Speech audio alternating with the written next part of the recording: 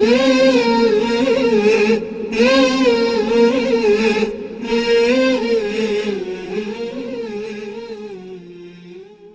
الله الرحمن الرحیم. کتێبخانەی ڕۆشنایی دەنجی. ناوی کتێب گەنج و گۆڕان. نووسینی ئیکرام کەریم.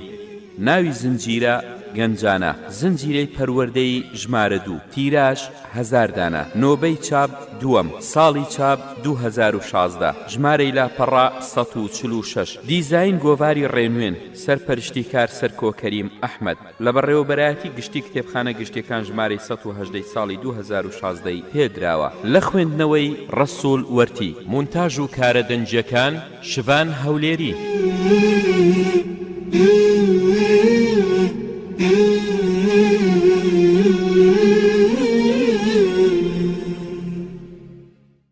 پێشێکی ڕێنوێن. ئەم کتێبەی بەردەستان پێنجەمین کتێبە لە زنجیرە پەیامەکانی گەنجان کە برای بەڕێزمان مامۆستا ئیکرام کەریم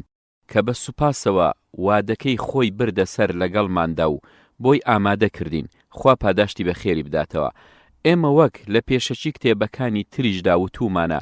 مەبەستی ئێمە بەم زنجیرە کتێبە ئەوەیە کە بەرچاوی گەنج ڕوون بکەینەوە، خۆی بناسێت و ئەرکەکانی سەرشانی بزانێت. ئەوە بزانێت کە ئەوە ئەبێت دروشمی گۆڕان هەڵبگرێ و بە خۆی و بە خێزانەکەی و بە کۆمەڵگە و بە حکوومەت و نیشتیمانەکەی و تەنانەت تەواوی مرۆڤایەتیشدا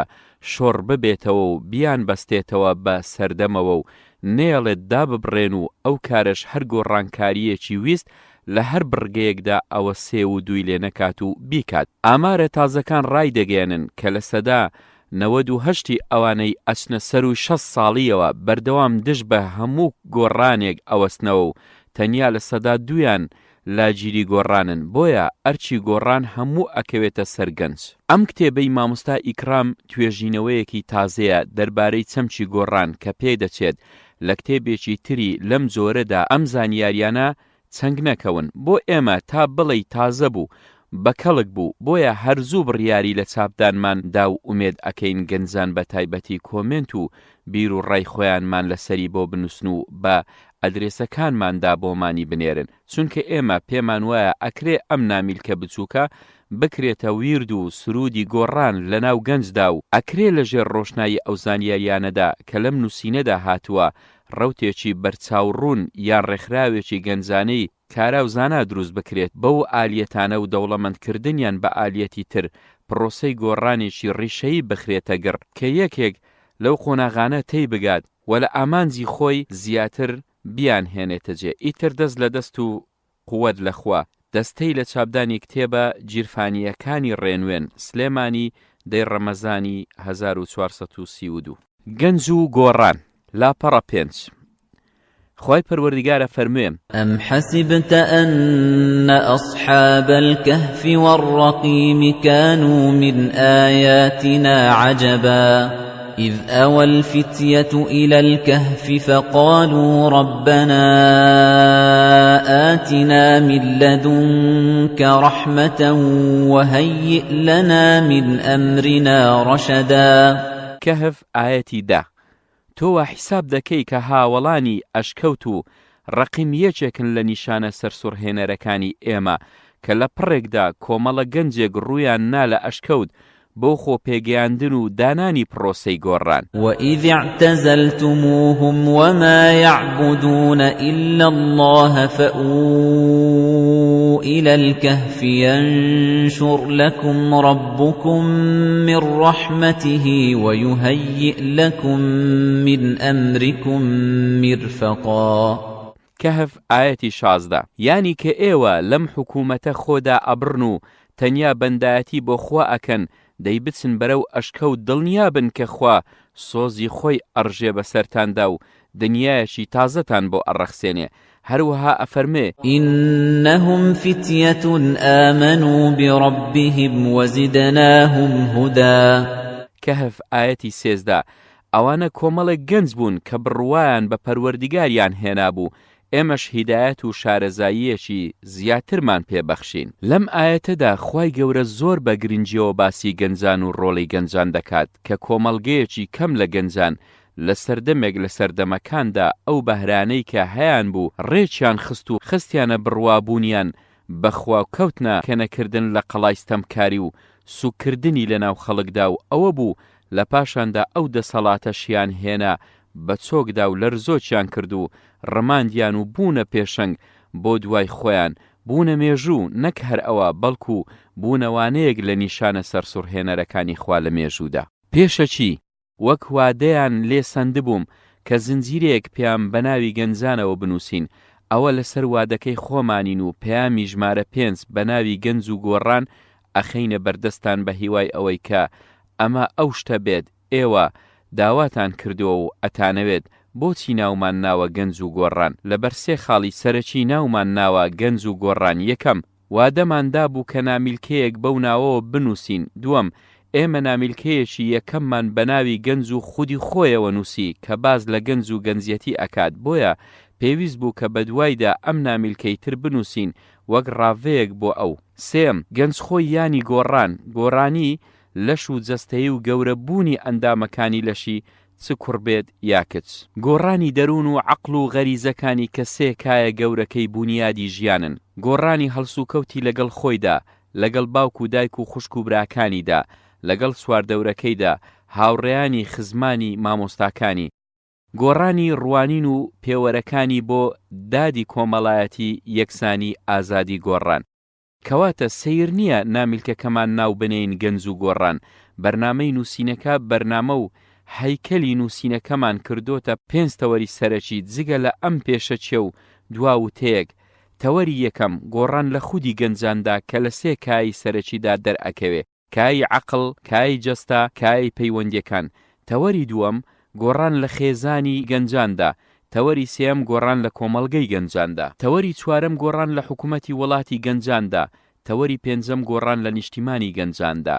بۆیە ئەو 5 تەوەرش بە سەرەکی ئەزانین کە پێویستە گەنج گۆڕانکاریان تێدا بکات، چونکە پرۆسەی گۆڕان پرۆسەیەکی بەردەوام و یەک لە دوای یەکە لە خودی گەنج خۆیەوە دەست پێ دەکات و کاریگەری دەخاتە سەرخێزانەکەی و پاشان خولیای گۆڕانکاری لە حکوومەت و کۆمەڵگەیدا بۆ دروست ئەبێت و بەوەش ئینتیمای قوڵ ئەبێتەوە بۆ گەل و نیشتیمانەکەی و پرۆسەی گۆڕان کارا دەکا و ئەگاتە ئەنجامی کۆتایی کە ژیانێکی تازە و دنیایەکی نوێ بۆ نیشتیمان و حکوومەت و کۆمەڵگە و خێزانەکەی و خۆیشی دروست دەکات. ئەمانە نەخەیاڵن، نەچەواشەبوون، بەڵکو ئەمانە ئەو بیرۆکە و واقیعانن کە بەردەوام نمونەی تازە و تەڕیان لێ دووبارە ئەبێتەوە.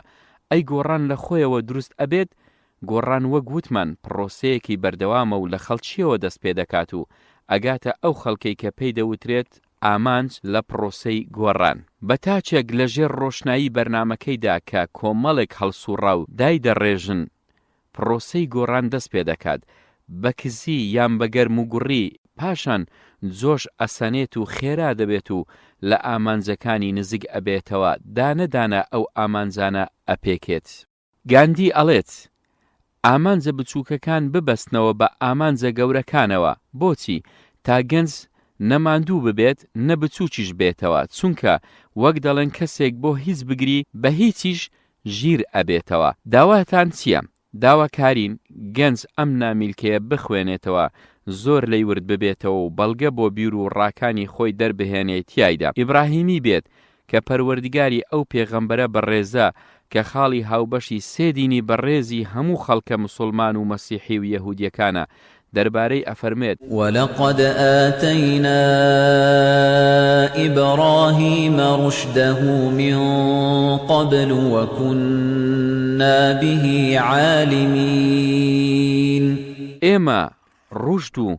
پێگەیشتوویمان پێبەخشی بە ئیبراهیم، کەواتە شوورەی نییە بە شوێن پیاوی ڕەشید و پێگەیشتوودا بڕۆی، بەڵکو شوورەی لەوەدایە کەواز لە پیاوی تێگەیشتوو و پێگەیشتوو بهێنی و شوێنکە سینادان و ناتێگەیشتوو بکەویت. ثم أوحينا إليك أن اتبع ملة إبراهيم حنيفا وما كان من المشركين. نحل آياتي 123. ئێمە لە پاشاندا نیگایەکمان بۆ ناردی تا شوێن ڕەچە و ڕێبازی ئیبراهیم بکەوی و لەیلا نەدەی. تەوەری یەکەم، گۆڕان لە خودی گەنجدا، لاپەڕە 12. لە نامیلکەی ژمارە یەکدا کە بە ناوی گەنج و خودی خۆی بڵاومان کردبوویەوە وتومانە کە گەنج کاتێک ئەو گۆڕانکاریە خێرایانە لە جەستە و دەروون و عەقڵی خۆیدا ئەبینێ هەست بەوە دەکات کە قۆناغێکی بڕیوە و پێی ناوەتە قۆناغێکی ترەوە لەوێدا وتومانە نیشانەکانی گەشەکردنی عەقڵ لای گەنجان یەک گەنج توانای بیرکردنەوەی بەهێز ئەبێت بەڕادەیەک ئەتوانێت کێشەی ئاڵۆز و کێشەی درێژخایەنیش چارەسەر بکات دوو هەستی بەهێز ئەبێت و ئەتوانێت پێشبینی بکات بۆ ڕووداوەکان و ئەنجامگیری بکات لێیان سێ لە منداڵیدا شتی بیر ئەکەوێتەوە بەڵام لەم قۆناغی گەنجیەتێدا شتەکانی بیر ئەکەوێتەوە و ئەشیان بەستێتەوە بەیەکەوە و لێیان تێ ئەگات چوار ئەندێشەی فراوان ئەبێت تا سنووری خەیاڵ پڵاوی و پرۆژەی بۆ داهاتوو زۆر ئەبێت وەک خۆڕزگارکردنێک لەو گەڵانانەی کە ڕۆژانە تووشی دێن پێنج بیرکردنەوەی گەنج لەم قۆناغەدا بیرکردنەوەیەکی ستاتیکی نییە بەڵکو بیرکردنەوەیەکی دینامیچیە واتە بیرکردنەوەکانی لە سنووری شتە مادیەکاندا ناوەستێ بەڵکو ئەو سنوورانە ئەبڕێت و بەناخی چەمکەکاندا شۆڕ ئەبێتەوە و مانای قوڵ و دووریان لێ دەرئەهێنێ بۆ نمونە لە منداڵیدا کە هەموو جارێک وشەی دادپەروەری ئەبیست ئەوەندە مانای لە وشەیە وەرئەگر کە ئەمیش وەک خوشک و براکانی تری ڕۆژی 1000 دینار یان بەقەدەر ئەوان چێک و بسکیتی پێ بکڕێت و جیاوازی نەکرێت لە نێوانیاندا بەڵام ئێستا لەم قۆناغەدا گەنج ڕەهەند و بەها دادەنێت بۆ دادپەروەری و ئەو سنوورە مادیە ئەبڕێت و قسە لە سەردادی کۆمەڵایەتی و دادی سیاسی و دادی ئاینی ئەکات بە منداڵی کە باسی ئازادیان لا ئەکرد هەر ئەوەندە حاڵی بوو لە ئازادی کە ڕێگەی لێ نەگیرێت هەر کاتویستی یاری بکات و لە هەر کوێدا بیکات بەڵام لەم قۆناغی مرد منداڵیەدا وشەی ئازادی بە هاو ڕەهەندی تر پەیدا ئەکات لای و باز لە ئازادی بیر و ڕاو ئازادی ڕێکخراوەیی و ئازادی نیشتەجێبوون و ئەوانە دەکات شش گەنج لە بیرکردنەوە و بڕیارداندا لەم قۆناغەدا پێڕەوی لە میتۆد و یاسای گریمانە ئەکات و مۆڵەت بەخۆی نادات کە موجامەلەی کەس بکات لەسەر حسابی هاوکێشەیەکی زانستی بەڵام کاتێک هەنگاو بە هەنگاو بەرەو لووتکەی پێگەیشتن ئەڕوات و توخمی تر دێتە ناو بیرکردنەوەکانی و ئەزمموی بۆ دروست ئەبێت و تێ ئەگات کە تەنها میتۆد و یاسا بەس نییە و بەڵکو ئەزممونیش توخمێشی تری سەرەکیە و کۆنتڕۆڵی هەڵسوکەوتەکانی ئەکات بۆیە لە قۆناغەکانی کۆتایی مێرمنداڵیدا گەنج مرونەتی تێدا دروست دەبێت و بیر و ڕای بەرامبەریش قبول ئەکات بە ڕایشی لەسەر بێت حەوت گەنج لەم قۆناغەدا زۆر میسالیە و ڕەخنە لە هەموو شتێک ئەگرێت و پەنا بۆ مناقەشە و چەلاحانێ ئەبات و خوای ئەوەیەتی سەری باسێکی بۆ بکرێتەوە و بە مەجلیسی بسەلمێنێ کە ئەویش زانیاری و ئەزمموی باشی لەسەر ئەو باسە هەیە جا مادامێک کارەکە وەهایە پێویستە گەنج گۆڕانی پۆزەتیڤ لە خۆیدا دروست بکات کە بەڕای زۆرێک لە زانایان هەر گۆڕانێکی بە بەرنامە لە قۆناغی گەنجەتیدا ڕیشەدا کوتانە بۆ ئەو گۆڕانە و بە پێچەوانەشەوە گەنج چەندە فۆڕمی بگۆڕێت و ناوەڕۆکی نەگۆڕێت ئەوە تایبەت سادەتر ئەبێتەوە و بوونی یەکسان ئەبێت بە نەبوونی زانایەکی ئیسلامی قەناعەتی وایە کە ئەبێت گەنج گۆڕان لە دەکایی ژیانیدا دروست بکات وەک خودی خۆی پێش ئەوەی هیچ هەنگاوێک بنێ بۆ گۆڕان لە جگە لە خۆیدا خێزانەکەی یان کۆمەلگاکەی یان حکومەتەکەی یان نیشتیمانەکەی ئەو دەکایەش بریتین لە یەک بەهێزکردنی جەستەی دوو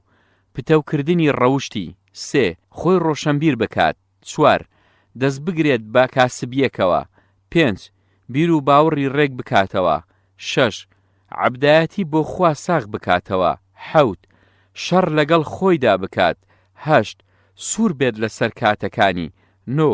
کارەکانی کۆنتڕۆڵ بکات دا بە کەڵک بێت بۆ خەڵکی ئەو زانایە وا ئەفەرمێ لە کتێبەکەیدا و بەم شێوەیە دەربڕینەکەی داڕێشتووە جێگەی خۆیەتی زۆر بە کورتی هەریەک لەودا ئەرکەی سەرشانی گەنجێک بۆ گۆڕینی خودی خۆی ئەبێت بیگرێتە بەر بە هەندێک ڕاوا ڕۆشن بکەینەوە یەک بەهێزکردنی جەستەی گەنج خۆی بێ ئەوەی بە شوێنی داگەڕا بێت قۆناغی لاوازی بەجێهێشتووە و کەوتۆتە ناو قۆناغی بەهێزیەوە وەک خوای گەورە لە قورئاندا ئەفەرمێت الله الذي خلقكم من ضعف ثم جعل من بعد ضعف قوة ثم جعل من بعد قوة ضعفا وشيبة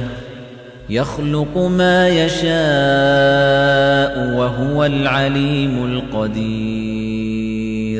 ڕۆم ئاەتی 54 خوا لە خاڵێکی بێهێزیەوە خوڵقاندوونی و پاشان بڕیاری داوە دوای ئەو لاوازیە بەهێز ببن و پاش ئەو بەهێزیەش بڕیاری ئەدات بەرەو لاوازی پیری بڕۆن کەواتە گەنجێتی پردێکە لە نێوان مناڵی و پیریدا کە لە نێوان لاوازی منداڵی و لاوازی پیریدا خۆناغی هێزی گەنجێتی هەیە کە یەکێک لەو خاڵە بەهێزانەی گەنج بریتیە لە بەهێزی جەستەی بەڵام ئەگەر گەنج ئاگای لە خۆی نەبێت بەردەوام جەستەی بەرەو بەهێزی زیاتر نەبات ئەوە بێگومان زوو لاواز ئەبێت و لە ماوەی پێسی مێزەرەیەکدا ئەو قۆناغی بەهێزەی ئەگوزەرێنێ زانایان ئەڵێن بۆ بەهێزکردنی جەستەی دوو کار پێویستە یەکەم دوورخستنەوەی جەستە لە هەموو ئەو شتانێک کە جەستەی لاواز ئەکەن دووەم ممارەسەکردنی هەموو ئەو شتانەی جەستە بەهێز ئەکەن ئەو شتانەی جەستە لاواز ئەکەن وەک یەک جگەرە کێشان دوو مەی خواردنەوە سێ خۆڕەحەتکردن ئیستیمنا چوار نەزەرکردنی زۆر پێنج زیادەڕەوی لە پەرستشەکاندا شەش ئیشکردن و وەرزشکردنی زۆر حەوت پشتگوێ خستنی پشکنینی ساڵانەی لای دکتۆر هەشت خەوی زۆر نۆ خواردنی زۆر دا کەم خۆشۆرین ئەو شتانە جەستە بەهێز دەکەن یەک وەرزشێکی بە بەرنامەی بەردەوام بۆ نمونە مەلەکردن یان ڕاکردنێکی ڕۆژانە و بە تایبەت بەیانیان یان مەشقێکی سویدی دیاری کراو بۆ ورگ یان بۆ دەمارەکانی دەست و قاچ دوو پێڕەوکردنی لە بەرنامەی خەو کە باشترین کات بۆ خەو بریتیە لە چەند ساتێک دوای نوێژی عیشا تا سەیەکی شەو کە ئێستا لە ڕووی زانستیەوە دەرکەوتووە کە ئەو ماوەیە باشترین کاتە بۆ ئاڵوگۆڕی ئەنەرژێ لە بوونەوەردا سێ پێڕەوکردنی لە سیستەمێکی خواردەمەنی دروستی و پزیشکی کە لە کتێبە زانستیەکانەوە وەربگیرێت یان بەڕاوێژی دکتۆرێکی شارەزا تا گەنج بتوانێت بەو بەرنامەیە ڕۆژانە پڕۆتین و ڤیتامین و نیشاستەی پێویست بۆ خۆی وەربگرێت و خۆی ئەگەر حوسەڵەی پەیڕەوکردنی لەو جۆرە بەرنامانەی نەبوو ئەوە باش وایە کە هەوڵ بدات خورما و هەنجوێن لە ماڵی نەبڕێت چونکە ئەو دوانە لە ڕووی زانستیەوە زۆربەی توخمە پێویستەکان بۆ گەشەی لەشی دابین ئەکەن ڕۆژانە خواردنەوەی بڕێکی زۆر لە شلەمەنی بە تایبەتی ئاو تایبەتتر دوای نوێژی بەیانیان و بە سکی خاڵی کە زۆربەی نەخۆشیەکان لە جەستە دوور ئەخاتەوە وەک فشاری خوێن شەکرا ئازاری گورچیلە سەر ئێشە هەرگیز وا مەبە کە تا تێنود نەبێت ئاو نەخۆیتەوە چونکە تێنوبوون یانی وشکبوونەوە بۆیە نابێ بیگەینێتە ئەو سنوورە ئەویش بەپێی زانست زۆرترین وزە بەلەش ئەدات هەفتانە خواردنی میوە کە زۆربەی ڤیتامینەکانت بۆ دەستەبەر ئەکات و بڕێکی باشیش ئاوت پێ ئەدات مانگانە گۆشت کە زۆرترین پڕۆتین پێشکەش بە جەستەی مرۆڤ ئەکات ساڵانە کاتێکی تەرفیهی ئەنجام بدە بۆ گۆڕینی کەش و هەوا و دەرکردنی بێزاری لە تەمەندا جارێک کە لە شاخێک بگرە چوار ساڵی جارێک لانی کەم سەردانی پزیشک بکەیت و پشکنینی گشتی ئەنجام بدەیت تا بزانیت تەندروستیت لە چ ئاستێکدایە چونکە هەندێک نەخۆشی هەیە نیشانەکانی دەرناکەون تا کاریگەری ترسناچی خۆی لە ناوەوەی جەستەدا دائەنێت و کاتێک پێ ئەزاندرێ کە کار لە کار ترازاوە پێنج ئەنجامدانی عیبادەت بە شێوەیەکی زانستی و شەرعی زانستی تازە ئەوەی سەلماندووە کە مرۆڤ ئەتوانێت لە ڕێگەی ڕەچاوکردنی سیستەمێکەوە هەر بەها و بەرنامەیەکی خواردەمەنی باش بۆ جەستەی دابین بکات و نوێژیش ئەگەر بەو شێوەیە ئەنجام بدرێت کە سوننە درێژەکەی باس کردووە ئەو ئەرکە ئەنجام ئەدات شەش وەرگرتنی وزەیەکی زۆر بۆ لەش ساغی و سەلامەتی جەستە بەڕێگەی هەناسەدان بە دوو جۆر دەست ئەکەوێت وەک زانایانی بواری تەنمیەی بەشەری باسی ئەکەن ڕێگەی یەکەم هەناسەدان بۆ دەرکردنی شتە زیانبەخشەکانی لەش کە بەم کردارە پراکتیچیە ئەنجام ئەدرێت ئەلیف لوتت واڵا ئەکەیت و هەناسەیەکی قوڵ هەڵ ئەمژی و سیەکانت پڕ لە هەوای پاک ئەکەیت و تا ژمارە 4 ئەژمێریت بە هەوا پاکەکە لە ناو سیەکانتدا ڕائەگری و تا ژمارە 10 ئەژمێری. جیم پاش ئەمە لە سەرخۆ هەواکە لە دەمتەوە نەک لە لووتەوە بکە دەرەوە و تا ژمارە 5 بژمێرە. ڕێگەی دووەم هەناسەدان بۆ دروستکردنی وزەی بەسوود بۆ لەش کە بەم کردارە پڕاکتیکیە ئەنجام ئەدرێت. ئەلیف لوتت واڵا ئەکەیت و هەناسەیەکی قۆڵ هەڵ ئەمژی و سیەکانت پڕ لە هەوای پاک ئەکەیت و تا ژمارە 4 ئەژمێریت. بە پاش ئەوەی هەوا پاکەکە لە ناو سیەکانتدا ڕائەگری و تا ژمارە 4 ئەژمێری و هەواکە لە دەمتەوە نەک لە لووتەوە ئەکەیتە دەرەوە. جیم هەموو ڕۆژێک ئەم مەشقە لە بەیانیان و نیوەڕۆیان و ئێواراندا 10 جار ئەنجام ئەدەیت. پتەوکردنی ڕەوشتی لاپەڕە 23 هەموو زانانی دەروونناس و ئاکار شوناسی لەسەر ئەوە یەکڕان کە ڕەوشتەکان دوو بەشن، یەکەمیان ڕەوشتە خراپەکان، دووەمیان ڕەوشتە باشەکان. گەنج داوا لێکراوە کە ڕەوشتە خراپەکان لە خۆی بکاتە دەرەوە و لەبەری خۆی دایان بکەنێت و لە بەرامبەریدا ڕەوشتە باشەکان بکاتە بەری و خۆی پێبڕازێنێتەوە. زانایانی ئیسلامی دوو جۆر بیردۆزە لەم پرۆسەی پتەوکردنی ڕەوشتەدا باز ئەکەن و ڕای جیاواز ئەخەنە ڕوو. هەیانە بڕوایان وایە کە پێویستە مرۆڤ بەگشتی و گەنج بە تایبەتی خاڵی بکەیتەوە لە خۆ ڕەوشتە خراپەکان، پاش ئەوە ڕەوشتە باشەکانی تێدا بچێنیت. زانای واش هەیە ڕای پێچەوانەی هەیە، وا قەناعەتی وایە تا خۆ ڕەوشتی باش لە گەنجدا نەچێنی ناتوانی دڵنیابی لەوەی ڕەوشتە خراپەکانی تێدا کز و لاواز ئەکەیت و پاشان لە ڕەگ و ڕیشە دەریان ئەهێنیت. چونکە پەروەردە و فێرکردن یان بە زمانی قورئانی تەسکیە و تعلیم یەک پرۆسەی پەروەردەیە و پێکەوە گرێدراون و نابێ لە یەکتری بپسڕێن.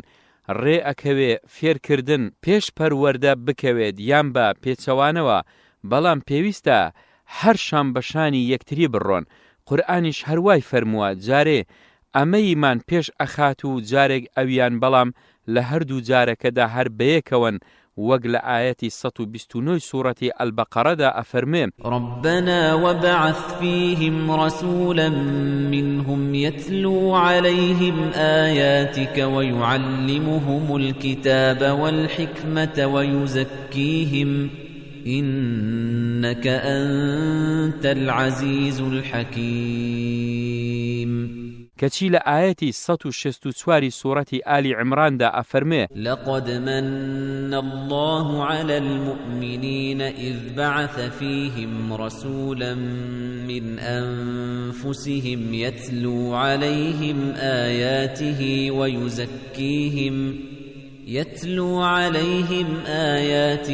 ويزكيهم ويعلمهم الكتاب والحكمة وإن كانوا من قبل لفي ضلال مبين. ئیمامی بەناش بەڕەحمەت بێت ڕایەکی تایبەتی هەیە لەم مەسەلەیەدا و لە موزەکەراتەکەیدا باسی ئەکات و لەم مانایەدا ئەفەرمێ پڕکردنی پێش بەتاڵکردنەوە دێت، چونکە ئەو نور و بەڕێکەتەی کە پڕکردن و عیبادەت دروستی ئەکات ئەتوانێت مرۆڤ بەتاڵ بکاتەوە لە هەموو خویەکی پیس و ناڕەوە. خۆ ئەگەر سەیری مێژووی تەشریعی ئیسلامیش بکەی هەروایە. ئیمامی بوخاری لە دایکمان عائیشەوە ئەجێڕێتەوە کە دەربارەی قورئان فەرموویەتی یەکەمین جارێک کە قورئان دابەزی چەند سوورەتێکی مفەسەڵ هاتە خوارەوە و باسی بەهەشت و ئاگریان تێدا ئەکرا. ئەوە بوو کە خەڵکی گەڕانەوە بۆ لای ئیسلام، حەڵاڵ و حرامیش دەستیان کردە دابەزین. جا ئەگەر یەکەم شت ئەوە دابەزیایە و بیوتایە عارەق مەخۆنەوە، خەڵکی ئەیانوت هەرگیز دەست لە مەسلەی خواردنەوە هەڵناگرین، یان ئەگەر ئەمە دابەزیایە و بیوتایە زینا مەکەن، خەڵکی ئەیانوت هەرگیز دەست لە زیناکردن هەڵناگرین. جاکە گەنج بوویە خاوەنی ڕەوشتی پتە و جەستەیەکی بەهێز هەموو مرۆڤەکان هۆگری دەبن. بۆیە لەو کاتەدا پێویستی بە خاڵی سێم ئەبێت کە ئەمانەوێت باسی بکەین لەم بڕگەیەدا کە دێت خۆی ڕۆشنبیر بکات. زانایان لە پێناسەی ڕۆشنبیردا پێناسەی زۆر بە جۆریان هەیە. هیوا هەیە ئەڵێ ڕۆشنبیر بریتیە لەو کەسەی کە شتێک لە هەموو شتەکان بزانێت، هەموو شتێکیش لە شتێکدا بزانێ. هەشە پێناسەی ڕۆشنبیر بەوە دەکات کە ئاگاداری کەلتوری میلەتانی تریش بێت. زانای تری واش هەیە کە لە پێناسەی ڕۆشنبیردا ئەڵێ خاوەن ڕووناچێشی تایبەتی خۆیەتی بۆ بوون و ژیان و مرۆڤ و خاوەنی هەڵوێستی تایبەتیشە لە هەموو ئەو دنیا بینەی هەیەی. ڕۆشنبیری بە شێوەیەکی گشتی دوو بەشە: ڕۆشنبیری دینی، ڕۆشنبیری دنیایی. ڕۆشنبیری دینی 5 کایی گەورە دەگرێتەوە لە ئیسلامدا. کایی یەکەم، شارەزابوون لە قورئاندا، تەجویدەکەی بزانێ، تەفسیرەکەی بزانێ، زانستە پێویستەکانی قورئان بزانێ، وەک محکەم و متەشابه، عام و خاص، مەکی و مەدەنی. کایەی دووەم، شارەزابوون لە حەدیثدا، بە تایبەتی بوخاری و موسلیم، یان کتێبێکی وەک لؤلؤ المەرجان فيما اتفق عليه شەیخان یان ڕیاض الصالحین. کای سێم، شارەزابوون لە عەقیدەی ئیسلامیدا، بە تایبەتی کتێبی عەقیدەی تەحاوی. کای چوارم، شارەزابوون لە فقهی ئیسلامیدا، بە تایبەت کتێبی کورد لە یەکێک لە مەزهەبەکاندا، وەک فقه المەیسەر یان منطقی في ئەخبار المستەفا، کە بە کتێبی سەبیل الئیسلام ڕاوەیەکی زۆر بەنرخ کراوە. کای پێنجەم، شارەزابوون لە فیکری ئیسلامی و ژیاننامە و کارە فیکریەکانی بیرمەندە ئیسلامیەکاندا، وەک ئەشعەری، غەزالی، ئیبن تەیمیە، ئیبن حەزم، سەید قوتب، ئەنوەر ئەلجوندی، عەبدولکەریم بەکار. ئەو کەسەی شارەزا بوو لە قورئان و حەدیث و عەقیدە و فقه و فیکری ئیسلامیدا، بێگومان خەڵکی بیانەوێت یان نەیانەوێت لە بەرامبەر ڕۆشنبیریەکی ئیسلامیدا ڕاوەستاون. ڕۆشنبیری دنیاش دوو کایی گەورەیە. کایی یەکەم، شارەزابوون لە قوتابخانە ئەدەبیەکاندا. کایی دووەم، شارەزابوون لە بزافی ڕۆژنامەگەریدا. بەڵام ئەوە بەو مەرجەی لە گۆڕەپانە خۆجێیی و گۆڕەپانە نێو دەوڵەتیەکەش دانەبڕێت و بەردەوام بخوێنێتەوە و شوێن ڕووداوەکان بکەوێت و دنیا بینی خۆی و خوێندنەوەی تایبەتی بۆیان ببێت، ئیتر وەک نووسین یان وەک وتار یان وەک لێدوان و کۆڕ و سمینار. گەنج ئەبێ ڕۆشنبیر بێت. ئەمەشی بەوە دەست ئەکەوێت دەرگای کایەکانی ڕۆشنبیری بکاتەوە، هەمیشە بخوێنێتەوە. ئەگەر ڕۆژێک نەخوێنێتەوە، خۆی بەڕەنج خەسار بزانێت. گرنگ نییە چی ئەخوێنێتەوە، بەڵام ئەوە گرنگە کە بە بەرنامە بخوێنێتەوە، خوێندنەوەکانی قۆناغبەندی بکات. بۆ نمونە، ئەم ساڵ بەرنامەی وابێت کەلانی کەم 5 کتێبی سەرەکی دەربارەی دین بخوێنێتەوە. ساڵی داهاتوو بەرنامەی وابێت 5 کتێبی سەرەکی دەربارەی دیموکراسیەت بخوێنێتەوە. ئەم دوو ساڵی بەڕێ کرد، ساڵێک دابنێ بۆ خوێندنەوەی 5 کتێبی سەرەکی لە قوتابخانە ئەدەبیەکاندا و بەو شێوەیە لەگەڵ ئەم خوێندنەوانەدا ئەبێ خوێندنەوەی هەبێت بۆ گۆڤار و ڕۆژنامە، چە ئەلکترۆنی بێت یان کاغەزی بێت. گەنج کاتێک هەست بە کەم و کوڕی خۆی ئەکات کە لە ناو موناقەشەیەکی جددیدا بەشداری ئەکات و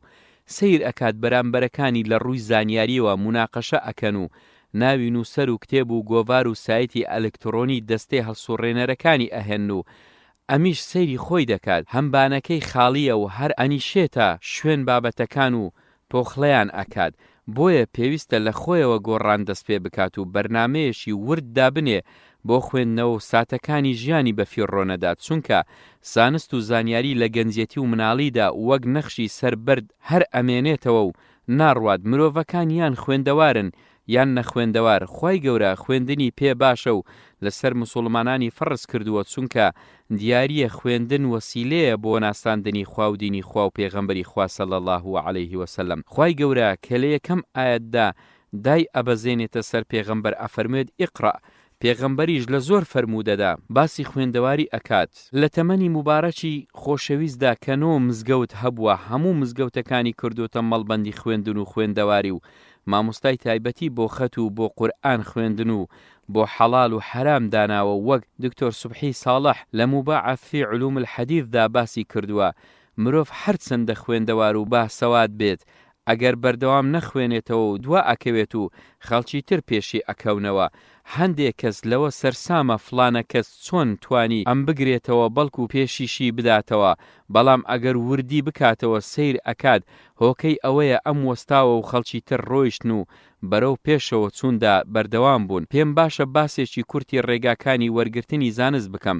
زانست و زانیاری وەرگرتن زۆر ڕێگەی هەیە، لەوانە دەرس خوێندن لای مامۆستایەک، تەحسیلی زاتی خوێندنەوەی بەردەوام، مناقەشەی زانستی و فکری لەگەڵ هاوڵانی خۆتدا، دەرزوتنەوە بە خوار خۆت، نووسین، کورتکردنەوەی کتێبی زانایان، کتێبدانان، مزەکەرات نووسین. لە مامۆستایان بەکارترین و وەسیلە بۆ وەرگرتنی زانست و زانیاری هیوا هەیە متمانە بە عیلمەکەی ناکرێت و ئەوترێت فلانە کەس ڕۆژێک چۆکی دانەدەنا لە بەردەم زانایاندا بۆ عیلم. زانایان ئەڵێن علم فی الصدوری لا فی الصدور، یان ئەڵێن علم فی ئەفواهی الرجال، یان ئەڵێن ئەمە ڕاستە، بەڵام خوێندنەوەی بەردەوام و تەحسیلی زاتی ڕێگەیەکە لە ڕێگە کاریگەرەکانی وەرگرتنی زانست. هەندێک لە زانایان دەریایەکن لە زانستدا و کەچی مامۆستاکانیان زۆر دیار نین، توێژەران بە دوو شێوە تەفسیری ئەم دیاریە ئەکەن.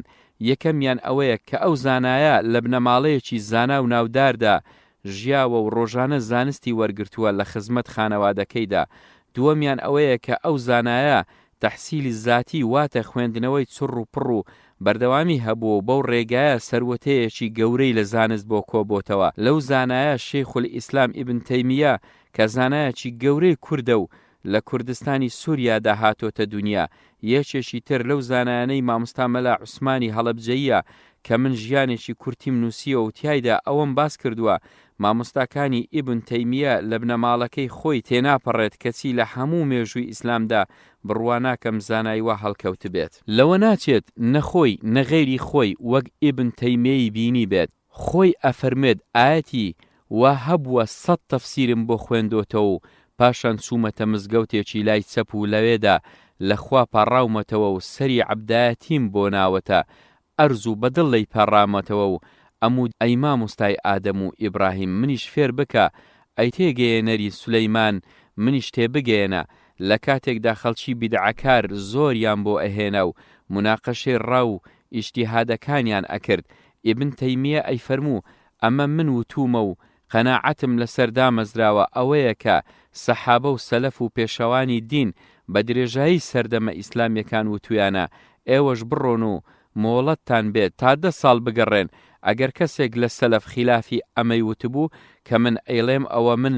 لی پەشیمان و ئامادەی هەموو لێ پێچینەوەیەکیشم لەگەڵمدا بکرێت. ئیبن قەیمی جوزیش ئەفەرمێت ئەگەر بڵێم زیاتر لە 200,000 کتێبم خوێندۆتەوە بڕوا ناکەم زیادم وتبێت. ئەم تەحسیلی زاتیە زۆر بەسوودە، بەڵام هەندێک تێبینی هەیە پێویستە بیڵێم تا بناغە دانەنێن ئەم خوێندنەوانە سوودی ئەو تۆیان نەبێت. بەردەوام لە خوێندنەوەکانتاندا با لەگەڵ خۆتان خوێندەوارتردا ڕاگۆڕینەوەتان هەبێت بۆ ئەوە لەلایەک بەڕاستی وشەکان بخوێندنەوە و لەلایەکی ژمانای ڕاستەکان بەڕاستی بکەن و بەڵگەش بۆ ئیجتیهاد و فیکرەکانتان وەربگرن تا بزانن ئایا کەس هەیە پێچەوانەی ئەم بڵێت لە بابەتێکدا بخوێنەوە کە هێستان بەسەریدا بشتێت و بۆتان ئیستیحاب بکرێت. عەبدوڵڵای ناسح علوان هەندێک تێبینی جوان لە تەربیە الودود فی الئیسلامدا ئەڵێت دەربارەی خوێندنەوەی سەرکەوتوو خراب نییە ئێوەش بۆی بگەڕێنەوە هەندێک لەو خاڵانەی لە بیرمدا مابێت. یەک، دیاریکردنی شوێنە گرنگەکان بە قەڵەمی ڕەساس تا لەلایەک بەزەینەوە بنووسێت و لەلایەکیش لە کاتی گەڕانەوە بۆیدا ناچار نەبێت بە خوێندنەوەی هەموو کتێبەکەوە، لەلایەکیش بۆ گواستنەوە کتێبدانان زۆر ئاسانکاریت بۆ ئەکات. دوو، نووسینەوەی ئەو بیرۆکە و ئیجتیهادانەی کە سەرنجت ڕائەکێشێت لە دەفتەرێکدا و پاشان نووسینی سەرچاوە و نووسەر و ساڵی چاپ و لاپەڕە و ژمارەی بەرگەکەی بۆ کاتی پێویست. لە ڕاستیدا خوێندنەوەی بەردەوام هیچی کەمتر نییە لە شەو و نوێژ و زیکرکردن و جیهادکردن، چونکە چۆن بە خوێندنی شەهیدان ڕێگەی دین هێز پەیدا دەکات و پەرژینی بۆ دروست ئەبێت، بە زانست و زانیاریش دین پارێزرا و بەردەوام ئەبێت، وەک پێغەمبەر صلی الله علیه وسلم لە فەرمودەیەکدا فەرموویەتی ئەگەر شەهیدان بە خوێنی گەشیان نیشتیمانی ئیسلامی ئەپارێزن و نایڵن کەس دەستوە دەستوەر بداتە خاچی ئیسلام، ئەوە زانایانیش بە زانستە ڕەسەنەکەیان ئاینی ئیسلام ئەپارێزن و نایڵن کەسی نەفام یان کەسی ناحەق یان کەسی توندڕە و لادان بخاتە ناودین. ئیمام ئەحمەد دەرسی بە قوتابیەک ئەوت کە بانجیدا قوتابیەکە هەستا بۆ نوێژی سونەتکردن. ئیمام ئەحمەد فەرمووی ئەوەی بۆی هەستایت گەورەتر نییە لەوەی لەی هەستایت. زانایان ئەگەر قەناعەتیان وانە بووایە هەر یەکە و گۆشەی مزگەوتێکی لێ ئەگرت و خەریکی عیبادەتی زیادە ئەبوو، بەڵام دیارە ماندوو بوون لە پێناوی دیندا و لە ڕێگەی وەرگرتنی زانستدا نەک هەر عیبادەتە بەڵکو و جیهادێکی گەورەیە بۆ پاراستن و بەردەوامی دین. پێغەمبەری نازدارە فەرمێت عەلەیهی السەڵات وەسەلام من سەلەکە تەریقا یەلتەمیس فیه علما سهل الله لطریقا إلى الجنة. دیارە لە قیامەتدا خوێنی شەهیدان و زانایان لە میزاندا هاوتای یەک ئەوەستن. بەڕاستی ئەمانە ڕاستە ئەگەر سەنەدەکە ثابتیش نەبێت. لەم باسەدا ئەبێ بڵێم خوێندنەوە و نووسین دوو شتی زۆر هاوڕێن لەگەڵ یەکتردا کەم ڕێدەکەوێت کەسێک بخوێنێتەوە و ئەو شتانەی سەرنجی ڕادەچێشن لای خۆی نەینووسێتەوە بەتایبەت ئەگەر سەرچاوەکە هی خۆی نەبێت و پێویستە بێت بیجێڕێتەوە. برایەکی وریا و ڕۆشنبیرم ئەناسی زۆر ئەگەڕام بۆ ئەوەی بزانم ئەم هەموو زانیاریەی لەکوێ دەستکەوتووە. بۆم دەرکەوت ئەم برا باشە سەرچاوەی زانیاریەکانی زیاتر دوو شتە. یەکەمیان شریتە ئیسلامیەکان کە دیارە هەر زانایەک محازەڕەیەک ئەدات بەرهەمی دەیان و بگرە سەدان کتێبەکە خوێندوویەتیەوە بیرۆکەکانی ناوی ئیستیحاب کردووە و پاشان کردوویەتی بەو محازەڕەیە. دووەمیان ئەو مختصەراتانەی کە ئەی کرد بۆ ئەو کتێبانەی ئەی خوێندەوە یادی بەخێر بێت هەر کتێبێکی ئەی خوێندەوە مەگەر دەگمەن ئەجینا لە دەفتەرێکی کەلیماتی بچووکدا ئیختیساری ئەکرد. بیرمە لە ساڵی 1980 کە لە ئێران بووین زیاتر لە 15 بۆ 20 دەفتەری لەو دەفتەرانە هەبوو کە بەڕاستی زۆری خۆشەویستن و مەگەر ناچار بووە لە خۆی دوور نەئەخستنەوە. جا ئەگەر ئێوەش بتوانن ئەم سونەتە حەسەنە پێڕەو بکەن خراپ نییە، چونکە من بۆ خۆم پەیڕەوم لێ کردووە و زۆرم سود لێ وەرگرتووە و هەندێک لەو شتانەشم تا ئێستا هەر پاراستووە. دەست بگریت بە کاسبیەکەوە. گەنج لە قۆناغی گەنجەتیدا ئەوەی بیری لای نەبێت بریتیە لە کاسبی کردن، چونکە باوک و دایک ئەو خەمەیان بۆ هەڵگرتووە و نایەڵن بێ پارە و جیرفانی خاڵی بێت مەگەر گەنجێک لە خێزانێکی هەژاردا بێت لەگەڵ چاوکردنەوەیدا بکەوێتە ناو کاسبی و کاسابەت و چێلگە و زراعەت. مرۆڤ بە کاسبی کردن گەورە ئەبێت، دڵ و دەرونی مەحکەم ئەبێت، کەسایەتی بەهێز ئەبێت و حرمەت پەیدا ئاکات. جگەلەوەی دەست بە جیرفانی خاڵی داناکات، هەرزوو لە سەرپەی خۆی ڕائەوەستێت و ئەبێتە پیاوی دووەمی ناو خێزانەکە و زووش وتویانە هەر کەس هەی بێت ئەوە حکم ئەکات. گەنج پێویستە هەرچی کردووە پڕۆژەیەکی بچووکی ئابووری یان تەنانەت گەورەشی هەبێت لە ژیاندا بۆ ئەوەی هەموو ئەو ئامانزانەی سەرەوەی بێتە دەست. خوای گەورە ئەفەرمێت هو أنشأكم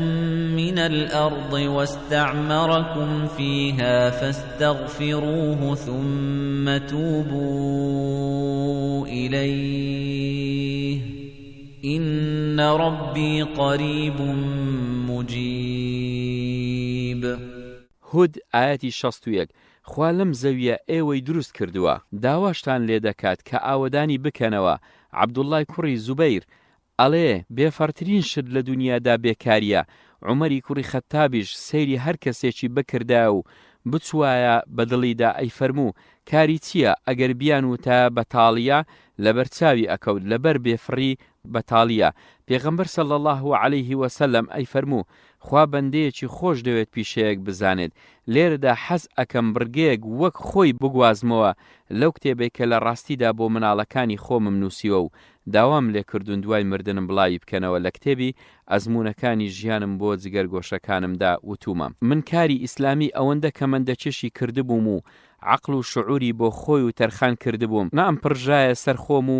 نە ئەپڕژایە سەرماڵ و مناڵ. جول و بەرگەکانم هەرچۆن بوونایە بەلامەوە مەتڵەب نەبوو، نان نەبوایە لە ماڵەوەدا و بوو بوایە خەمم نەبوو، تەنها خەمێک هەمان بوو سەرخستنی ئیسلام و بەرەو پێشبردنی ئەو پڕۆژەیە بوو. بیرمە ئێوارەیەکیان لە ساڵی 1994دا لە بنکەی ڕابەر لە هەولێر کە بنکەیەکی ڕۆشنبیری بوو کردبوومانە وازیهەی کارە ئیسلامیەکەمان. لەوێ ماینەوە و شەو برایەک لە سلێمانیەوە هاتبووە میێوانمان. ئەو شەوە سەیری جول و بەرگەکای منی کردبوو، دڵی بۆم سوتا بوو. لای برایەکی تر وتبووی ئەوە کاک ئیکرام ئەوەندەش بێپارەیە نەتوانێت قاتێ جلی جوان بکرێت، بۆ مێژوو ئەینووسم. ئەو قسەیە ئەوەندە لە ناخەوە ڕایتەکاندم بووە کلیکێک و دەرگای لە بیرکردنی پشتی دنیای لێ کردمەوە. ئەو شەوە تا درەنگانێک خەوم لێ نەکەوت و زۆر سەرسەنشتی خۆمم کرد کە بۆچی ناتوانم هاوسەنجی لە نێوان دین و دنیادا بکەم مەگەر خوا نافەرمێت وابتغ فيما آتاك الله الدار الآخرة ولا تنس نصيبك من الدنيا وأحسن كما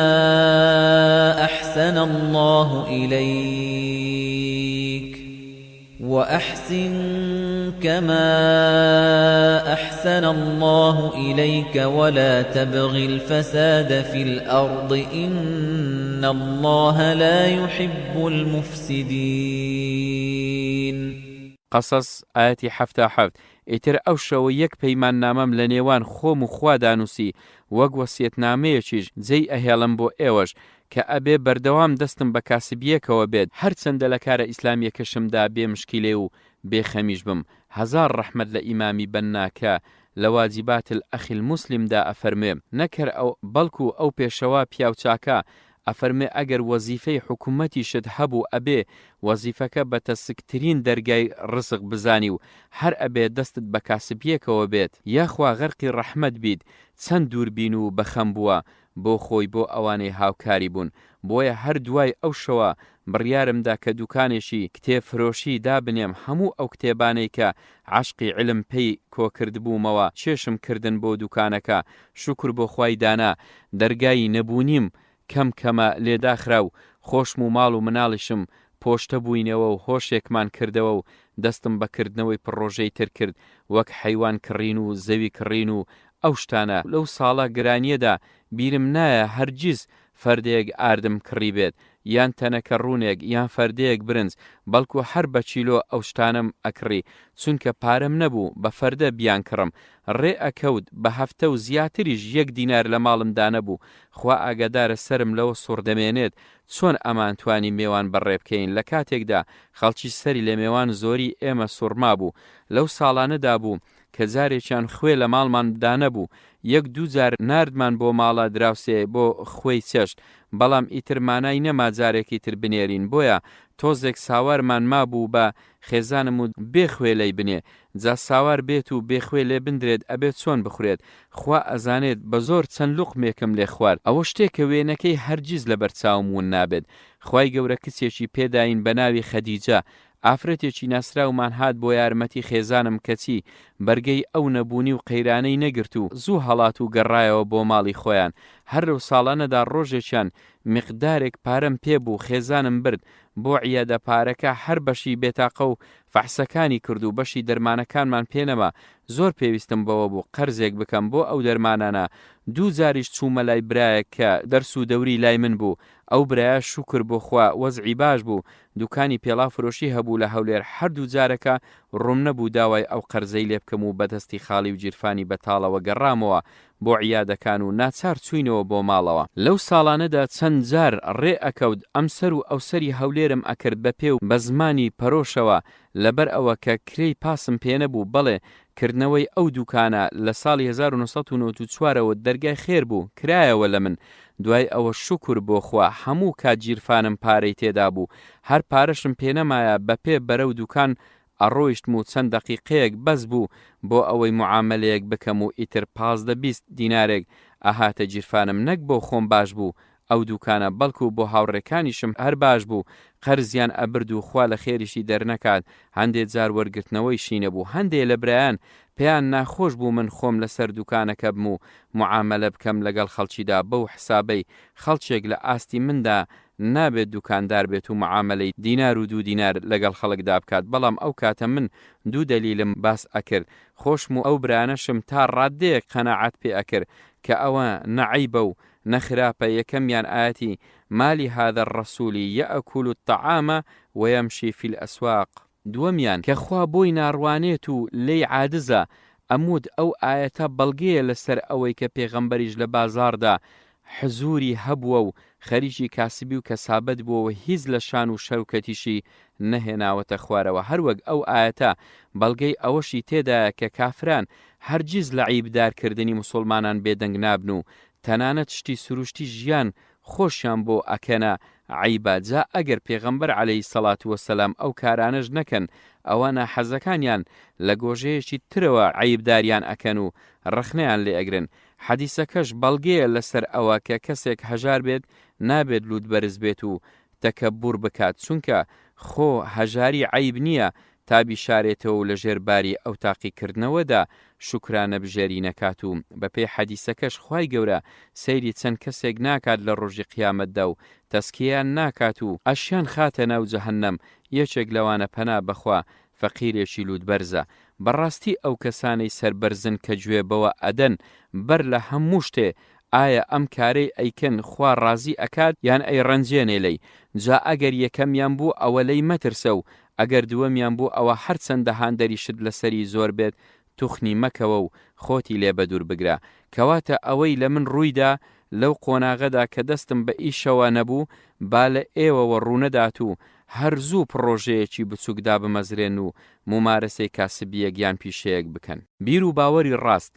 گەنج کە چاوی ئەکاتەوە و خۆی ئەبینێ و خۆی ئەپشکنێ بۆی دەرئەکەوێت هەندێک بەڵکو زۆر شت هەیە بیر و بڕوای لەسەریەتی کەسی هیچ بەڵگەیەکی زانستی نییە بۆ پشتڕاستکردنەوەیان ئیتر ئەو شتانە قەناعەتی دینی بن یان قەناعەتی تر بن دەربارەی ژیان و مرۆڤ بوونەوە گەنجی وا هەیە بڕوای بەخوانیە بڕوای بەدین نییە بڕوای بە خەڵکی دینیش نییە بەبێ ئەوەی حەقی هەبێت لەوەدا یان بەڵگەی هەبێت لەسەر نەبوونی خوا و بێ کەڵکی دین و خراپی خەڵکی دینی هۆکەی تەنیا ئەوەیە یان لەناو خێزانێکی دوور لە دیندا دروست بووە و هیچ زۆرە ڕێزێکیان بۆ دین نەبووە و بە پێچەوانەوە هەمیشە لە دین و ئەهلی دین خوێندویانە یان ئەوەیە کە کەوتۆتە ناو گڕوپێکی ڕێکخراو یان کۆمەڵێک هاوڕێ ئەو قەناعەتیان بۆ دروست کردووە لەبەر هەر هۆیەکی دروست یان نادروست گەنجی واش هەیە بە پێچەوانەوە ئەوەندە دین پەرستە دروست و نادروستی تێکەڵ کردووە و بڕوای بەشتی وا کردووە کە وردی ئەکەیتەوە نەدین خۆی و نەعەقڵ و نەزانست ئەو قەناعەتیان قبول نییە بەڵکو دژی ئەوەستنەوە هۆکەشی ئەوەیە یان ئەو شتانەی لە خێزانەکەیەوە هێناوە یان هاوڕێ و هاودەمی ئەو قەناعەتانەیان تێدا چاندووە هەر بۆ نمونە گەنجی وا هەیە بڕوای بە خوڕافیات هەیە یان بڕوای بە شێخ و مەشایخ هەیە و لە حەقیاندا سنووری ڕێگە پێدرا و لە شەرعدا تێ ئەپەڕێنێت بەڕادەیەک هەندێکیانی نەک لە سەحابە بەلایەوە گەورەترن بەڵکو لە ئاستی پێغەمبەردا صلی الله عليه وسلم دایان ئەنێت بەڵگە لەسەر ئەم ئیسرافە و زیادە ڕۆیشەش ئەوەیە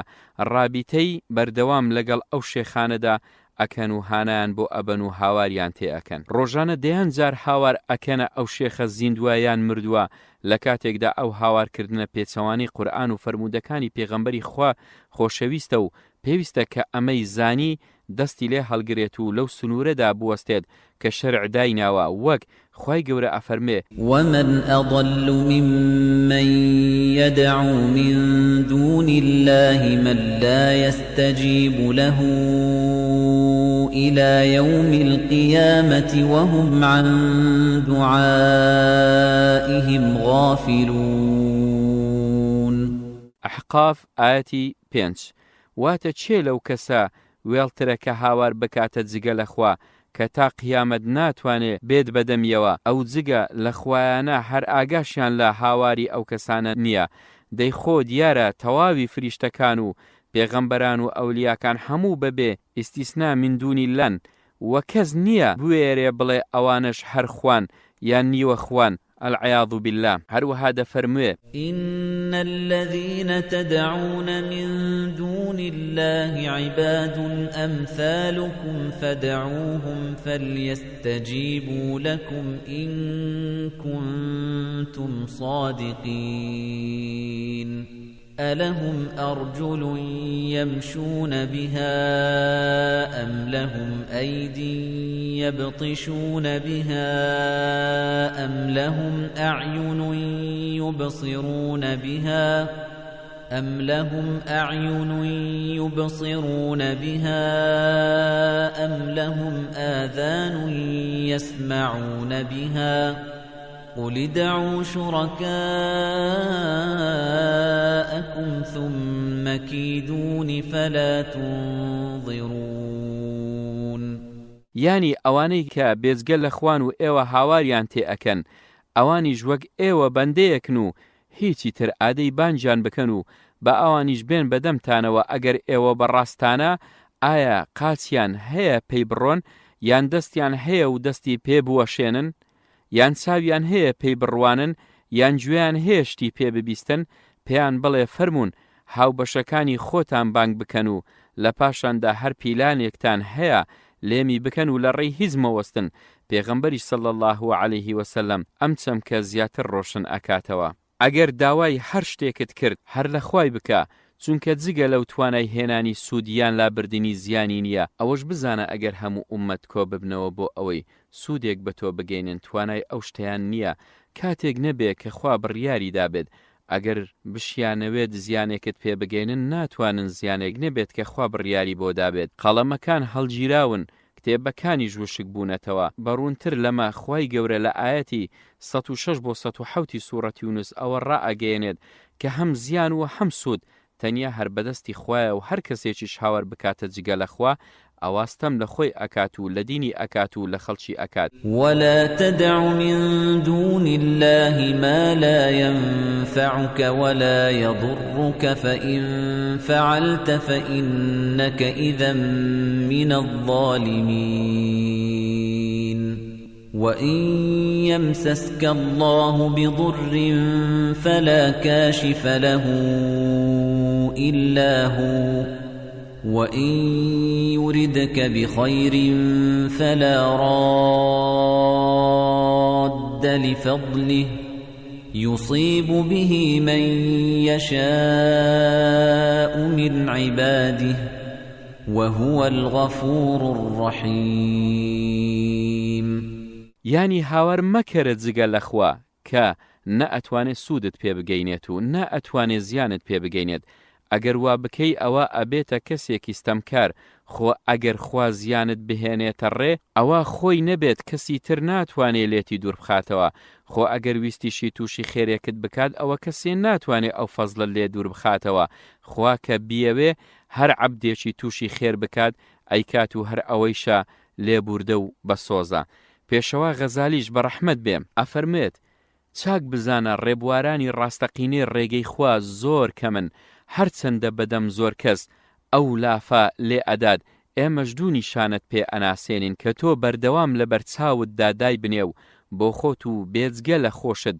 ببێتە مامۆستا و دەرز. نیشانەی یەکەمیان ئەوەیە هەرچی کار و کردەوە هەیە کە ئەو کەسە سربەستە لە کردنیاندا بە تەرازوی شەریعەت بیان چێشێ لە بەردەم سنوورەکانی شەریعەتدا بوەستێ لە کاتێکدا ویستی شتێک ئەکات یان بڕیاری نەکردنی ئەدات یان بەرەو ڕووی ئەچێ یاخود لێی ئەگەڕێتەوە. نیشانەی دووەم ئەوەیە کە هەوەی گیری لە کتێبی ئەلکەشفدا ئەڵێ شەریعەت بەبێ حەقیقەت دووڕوویە و حەقیقەتیش بەبێ شەریعەت ئیلحادی و بێدینیە. تێکەڵبوونی ئەم دوانش وەک تێکەڵبوونی گیان و لەشە. مسڵمانیش کە دان بە ئیسلامدا ئەنێ ئەوە دان بە هەردووچیاندا ئەنێ کە ئەڵێ لا ئیلەهە ئیلا الله مەبەز لە حەقیقەتی ئیسلامە و کە ئەڵێ محەممەد ڕەسوول الله دام بە شەریعەتی ئیسلامدا ئەنێ کەواتە هەر کەس نکۆڵی لە حەقیقەت بکە ئەوە کافرە و هەر کەسیش نکۆڵی لە شەریعەت بکە ئەوە زەندیقە. ئەبوو سولەیمانی دارانی کە یەکێکە لە زانایانی ئەهلی تەسەوف ئەڵێت ڕێ ئەکەوێت مانایەکی جوان ئەکەوێتە دڵم لە حاڵاتێکی ڕووناک بوونەوەی ڕۆحدا و چەند ڕۆژ ئەیهێنم و ئەیبەم و باسی ناکەم تا دوو شایەتی دادپەر و لە قورئان و حەدیثدا شایەتی بۆ ئەدەن. لە کتێبی تەربیەت نەڕۆحیەدا سەعید حەوا ئەمەش ئەخاتە سەری چونکە خوای گەورە گرنتی ئەوەی داوە پێمان کە قورئان و حەدیث پارێزراون لە هەڵە بەڵام ئەو گرنتیەی لە شتێکی تردا پێنەداوین. ئەبوو عوسمانی جبریش ئەفەرمێت هاودەمی لەگەڵ خوای گەورەدا بەوە دەبێت زۆر بە ئەدەب بیت لە خزمەتیدا و بەردەوام هەیبەتی ڕابگریت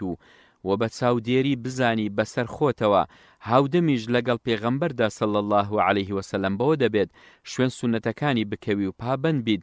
بە زاهیری شەرعەوە. هاودەمیش لەگەڵ دۆستانی حەواشدا بەوە ئەبێت کە ڕێزیان بگریت و خزمەتکاریان بکەی. لە سەرمەرجیشدا کە حاڵی گۆڕا ئەبوو بەکری کوڕی لە حیبەتی باوکی کراسەکەی بەری دڕی. ئەبوو عوسمان چاوی دڕیەوە و فەرمووی کوڕم پێچەوانە جوڵایەوە سونەتی پێغەمبەر بە زاهیر نیشانی دووڕوویی ناخە. پاشان فەرمووی هەر کەس سونەتی پێغەمبەر بکاتە ئامری سەرخۆی چ فەرمایشتەکانی و چ کرداوەکانی حیکمەت لە دەمی ئەکەوێتە خوارەوە. هەر کەسێکیش ئارەزووی بکاتە ئامری خۆی چوە قسە و چوەک ئیش ئەوە بیدعە لە دەمی ئەکەوێتە خوارەوە. خوا ئەفەرمێت ئەگەر بەگوێ پێغەمبەر بکەن ئەکەونە سەر ڕێگەی هیدایەت. ئەبوو ئەلحوسەینی نەوەویش زۆر ڕوون ئەفەرمێت هەر کەسێکتان بینی لافی ئەوەی لێ ئەدا کە خاوەنی حاڵەتێکی تایبەتیە کە لە سنووری زانستی شەرعی دەرئەچوو ئەوە توخنی نەکەونەوە. گەنجاری وا هەیە دەیان شدم و مارەسە ئەکات کە وردی ئەکەیتەوە سەرنجامەکەی بریتێ لە لاوازکردنی دینی خۆی نابەڵکو بریتێ لە هەڵوەشاندنەوەی دین یان گۆڕینی ڕێڕەوی ئەهلی سونەت و جەماعەت. جا پێویستە گەنجان یەکێک لەو گۆڕانکاریانەی لە خۆیدا دروستی ئەکات ڕاستکردنەوەی عەقیدە و بیر و باوەڕی بێت کە ئەمەش بە دوو ڕێگا ئەبێت. پێداچوونەوەیەکی تەواو بۆ بیر و ڕاکانی خۆی بکات و لەسەر هەر یەکەیان چەند کتێبێکی سەرەکی بخوێنێتەوە تا لەو خوێندنەوانەوە بەڵگە دەربهێنێت بۆ ڕاستی یان ناڕاستی بیر و ڕاکانی وەک لە کتێبی عەقیدەت التەحاویە بۆ نمونە. 2. یان بچێتە لای مامۆستایەکی شارەزا و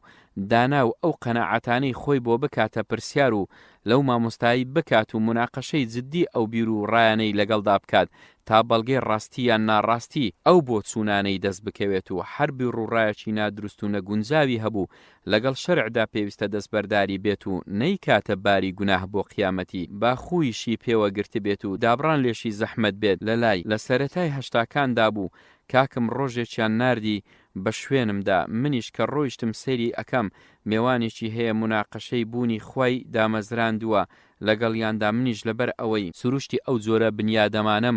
ئەناسی کە بۆ چەواشەکاری دنیایەک بابەت تێکەڵ بە یەکتری ئەکەن و ناش هێڵێت تۆ لە مناقەشەدا بگەیتە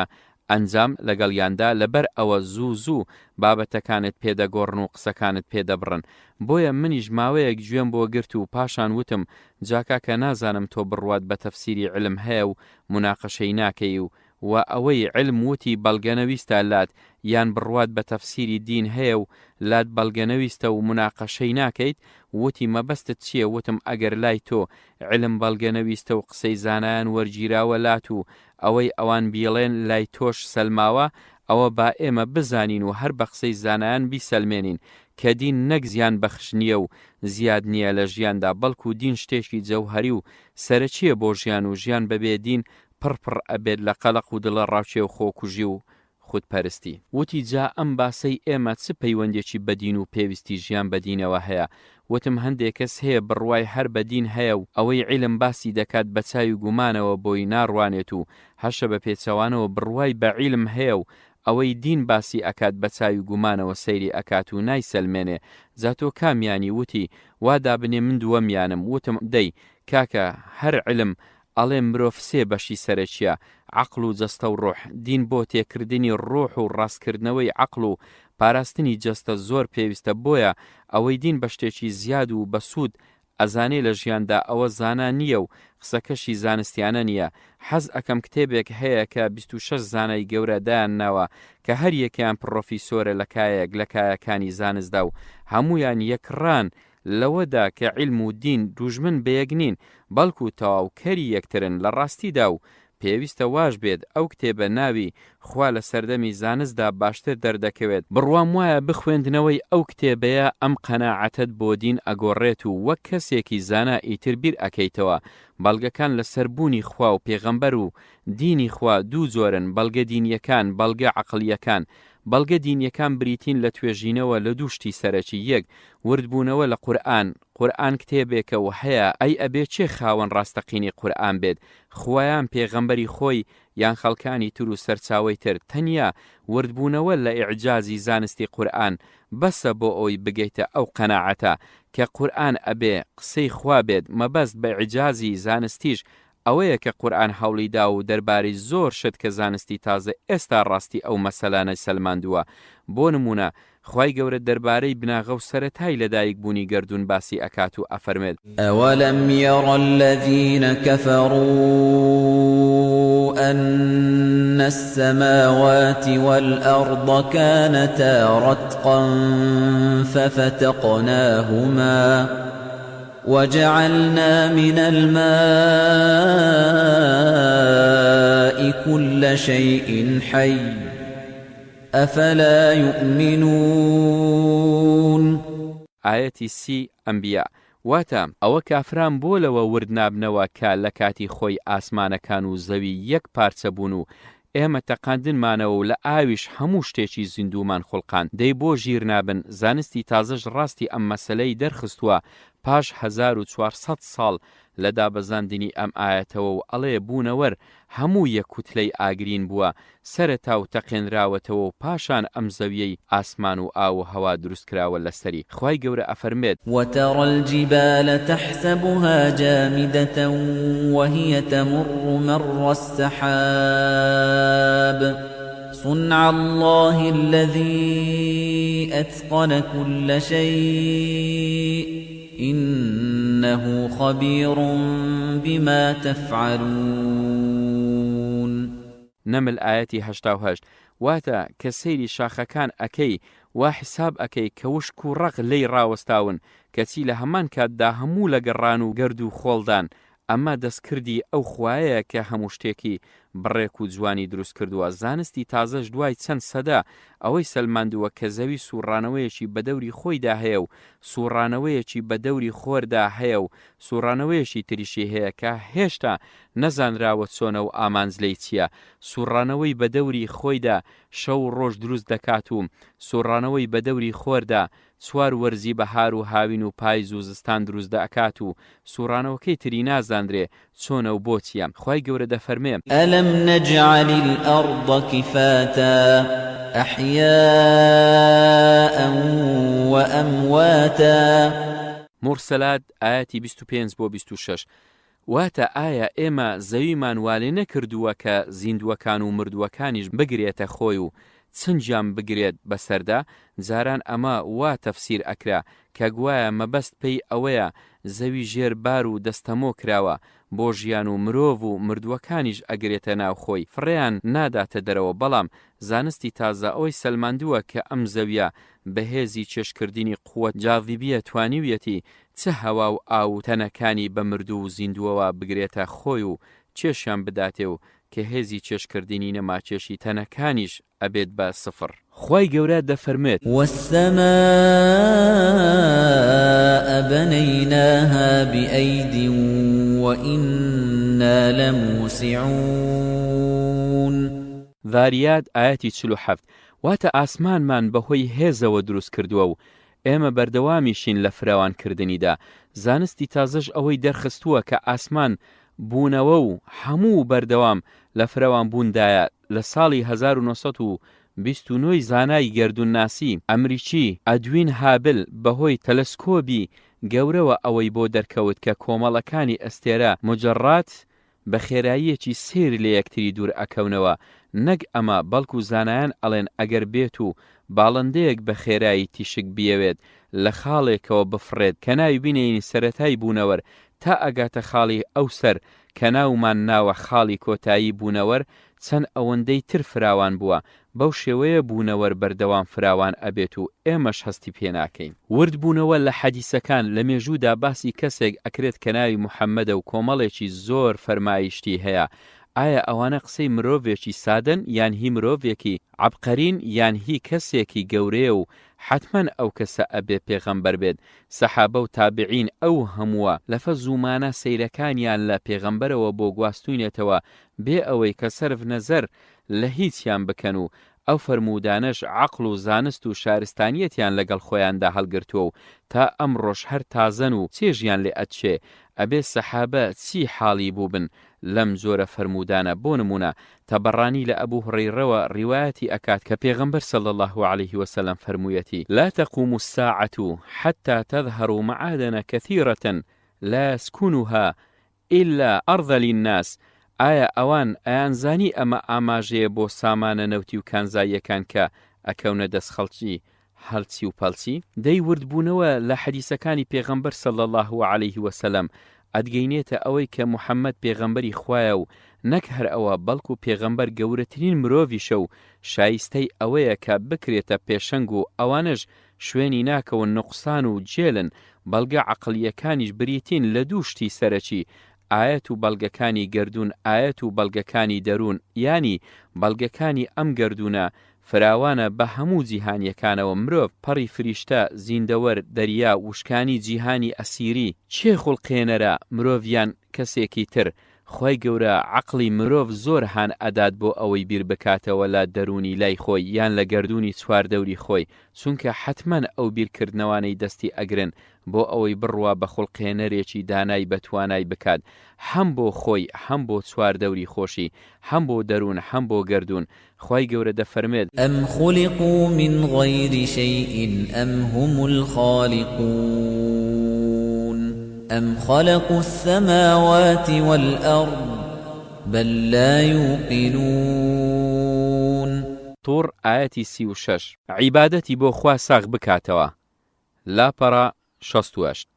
زانایان ئەڵێن بیر و باوەڕی عەبدایەتی لە مرۆڤدا دروست دەکات و ئەو دوانەش ئاکار دروست دەکەن. گەنجی واهەیە دین لای بەڕێزە، عیبادەتیش ئەکات، بەڵام وەک چۆن عەقیدەکەی ئاڵاوە لە هەندێ خوڕافە، هەرواش عیبادەتەکانی ئاڵاون لە هەندێ بیدعە. بۆیە پێویستە هەم عەقیدەکەی لە خوڕافە ڕزگار بکات و هەم عیبادەتەکانیشی لە بیدعە ڕزگار بکات. هەندێک گەنجیش هەیە عیبادەتکردنی لا پێویست نییە و کۆڵیشی هەڵنەگرتووە، پێیانەوە و گومان ئەبات. ئەکرێ پیاوێکی ئیمانداریش بێت و عیبادەتیش نەکات. لە ڕاستیدا ئەوە قەناعەتێکە و لەناو هەندێک کەس و گەنجدا هەیە، بەڵام ئێمە بۆ سلماندنی ئەوەی کە ئەو قەناعەتە نەک هەڵەیە بەڵکو هەڵەیەکی کوشندەشە، تەنیا یەک نمونە دەهێنینەوە بە ئومێدی ئەوەی پاش ئەم نمونەیە گەنجان بۆ ڕاستکردنەوەی عیبادەتەکانیان هانا بۆ مامۆستایەک یان کتێبێک بەرن کە ئەو ئامانجیان بۆ بەدی بهێنێت. مامۆستای کۆچکرد و عەلی تەنتاوی ئەفەرمێت قسەکانی بەمانە وەرگیراوە نەک بەدەق. هەموو ڕێکخراوێک بە سوود بێت یان زیان بەخش بێت، هەموو حزبێک چاک بێت یان خراپ بێت، کۆمەڵێک بنەمای فکری هەیە کە مەبەست و ئامانجەکانی دیاری ئەکات، وەک دەستورێک وایە بۆ ئەندامەکانی و ئاراستیان ئەکات. جا هەر کەسێک بیەوێت ببێتە ئەندام و لە یەکێک لەو ڕێکخراوانەدا سەرەتا بەرنامە و پێڕەوەکەی ئەو حزبە ئەخوێنێتەوە، جا ئەگەر بەو بنەما و بەرنامەیە ڕازی بوو عەقڵی وەری گرت و گومانی نەما ئەوە داوا ئەکات وەک ئەندام قبوڵی بکات و ئەمیش وعدی ئەوە ئەدات کە پابەند بێت بە پێڕە و پرۆگرامی حزبەکەوە و بە ئەرکەکانی هەڵبستێت کە ئەو پێڕەوە دیاری کردووە. کەواتە بە ئەندامبوون ینی یەک، شارەزابوون و ئاگاداربوون لە بنەماکانی فکری حزبەکە، دوو بڕوابوون بەو بنەمایانە، سێ پابەندبوون بەو پێڕەوەوە، چوار هەڵس و کەوت بە شێوەیەک بگونجێ لەگەڵ ئەو بەرنامە و پێڕەوەدا بە پێچەوانەشەوە کەسێک یەک بە گومان و ڕخنەوە بۆ ئەو بنەمایانە بڕوانێت، دوو یان ڕخنیان لێ بگرێت، سێ بە ئەرکەکانی خۆی هەڵنەسێت، چوار هەڵس و کەوتی ڕۆژانەشی هەموو پێچەوانێ ئەو پێڕە و پرۆگرامە بێت کە ئەو حزبە هەیەی. ئەوە هەڵەی گەورەیە کە ئەو کەسە بە ئەندامی ئەو حزبە بناسرێت و یەکسان بکرێت لە مافەکاندا بەو کەسانەی کە بەدڵسۆزیەوە لە ناو ئەو حزبەدا کار دەکەن و بۆ سەرخستنی بەردەوام تێدەکۆشن. بۆ ئیسلامیش هەروایە کەسێک بیەوێت بچێتە ناو ئیسلام، پێویستە یەکەم لە بنەما فکری و عەقڵیەکانی ئیسلامدا خۆی شارەزا بکات و هیچ گومانێ لە خۆیدا نەهێڵێت سەبارەت بەڕاستی و چاچی ئەو بنەمایانە. دووەم بڕوا بەو بنەمایانە بکات و قبوڵیان بکات، بیان سەلمێنێت و دڵیان بداتێ. سێهەم کار بە ئەو ئەرکانە بکات کە ئەو بەرنامەیە خستووتیە سەرشانی. چوارەم لەو شتانەش دوور بکەوێتەوە کە دڵکرمنی دەکەن لە خوا و پێغەمبەرەکەی و پەیامەکەی. جا هەر کەسێک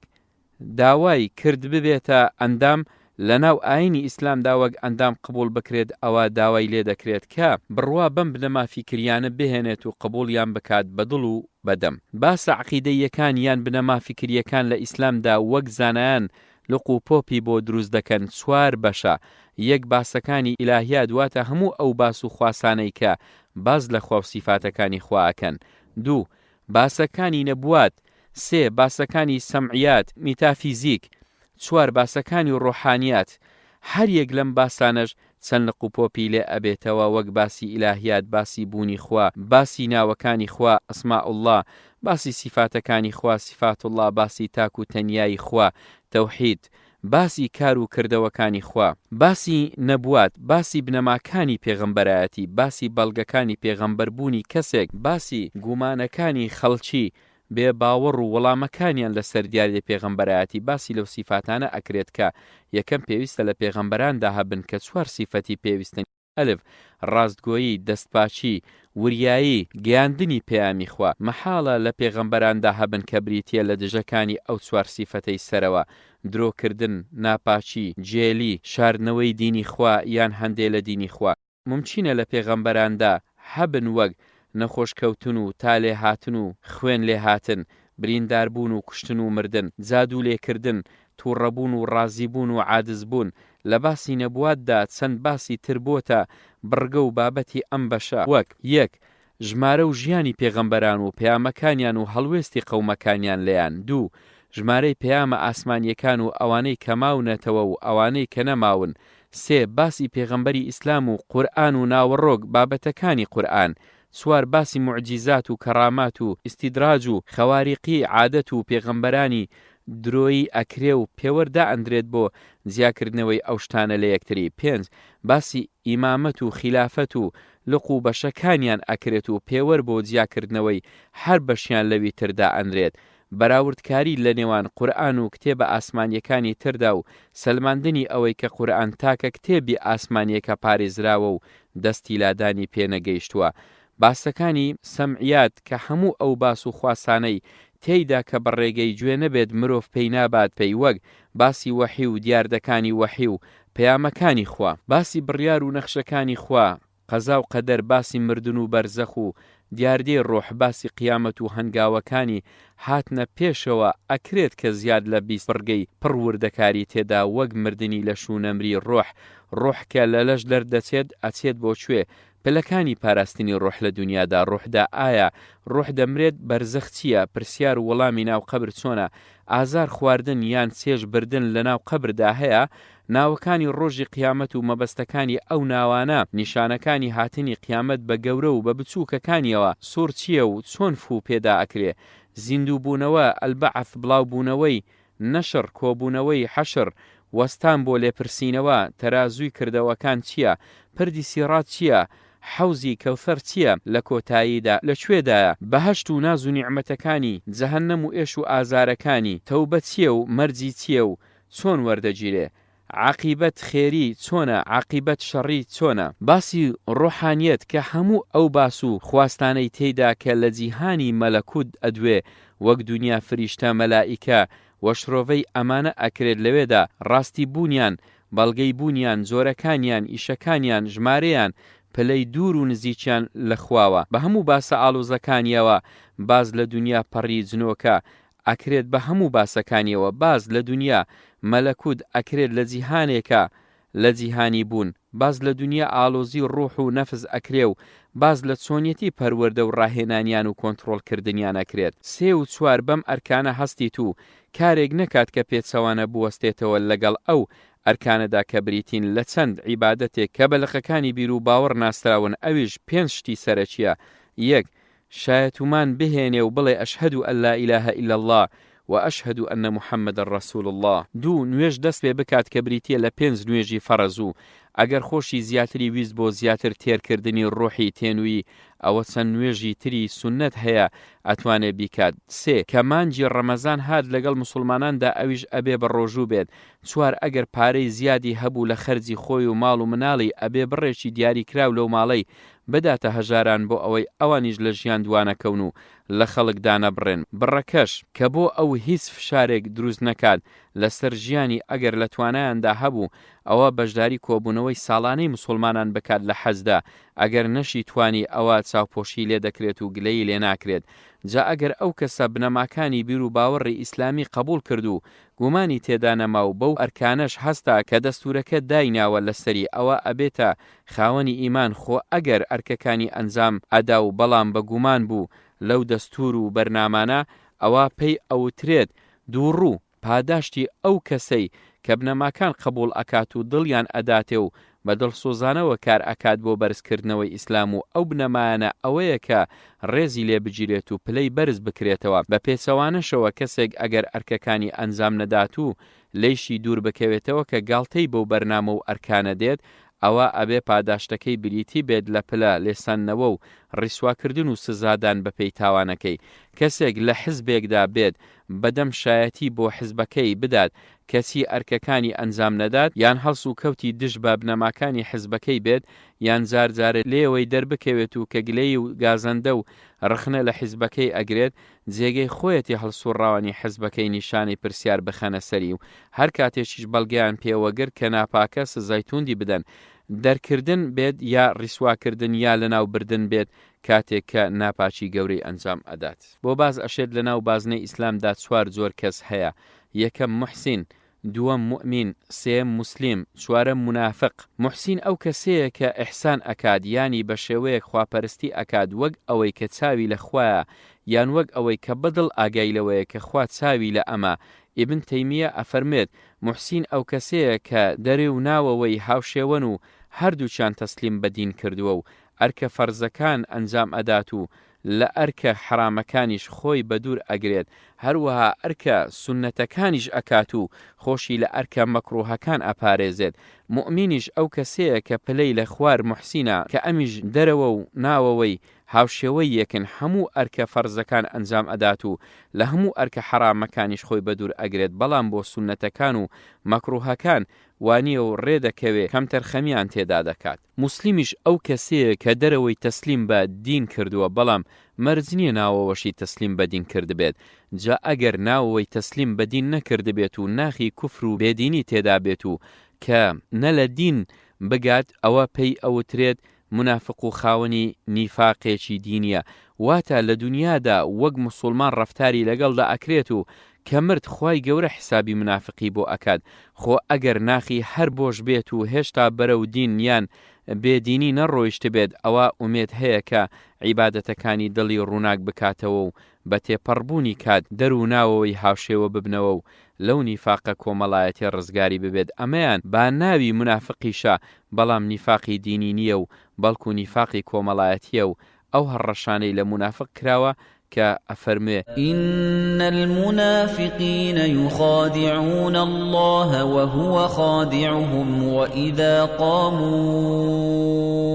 إلى الصلاة قاموا كسالى يراءون الناس ولا يذكرون الله إلا قليلاً نساء آياتي 142 يان أفرمي إن المنافقين في الدرك الأسفل من النار ولن تجد لهم نصيرا نساء آياتي 145 ئەم ناگرێتەوە حەوت شەڕ لەگەڵ خۆیدا بکات گەنج نابێت لەو بۆ عاتیفە و حەزەکانی شل بکات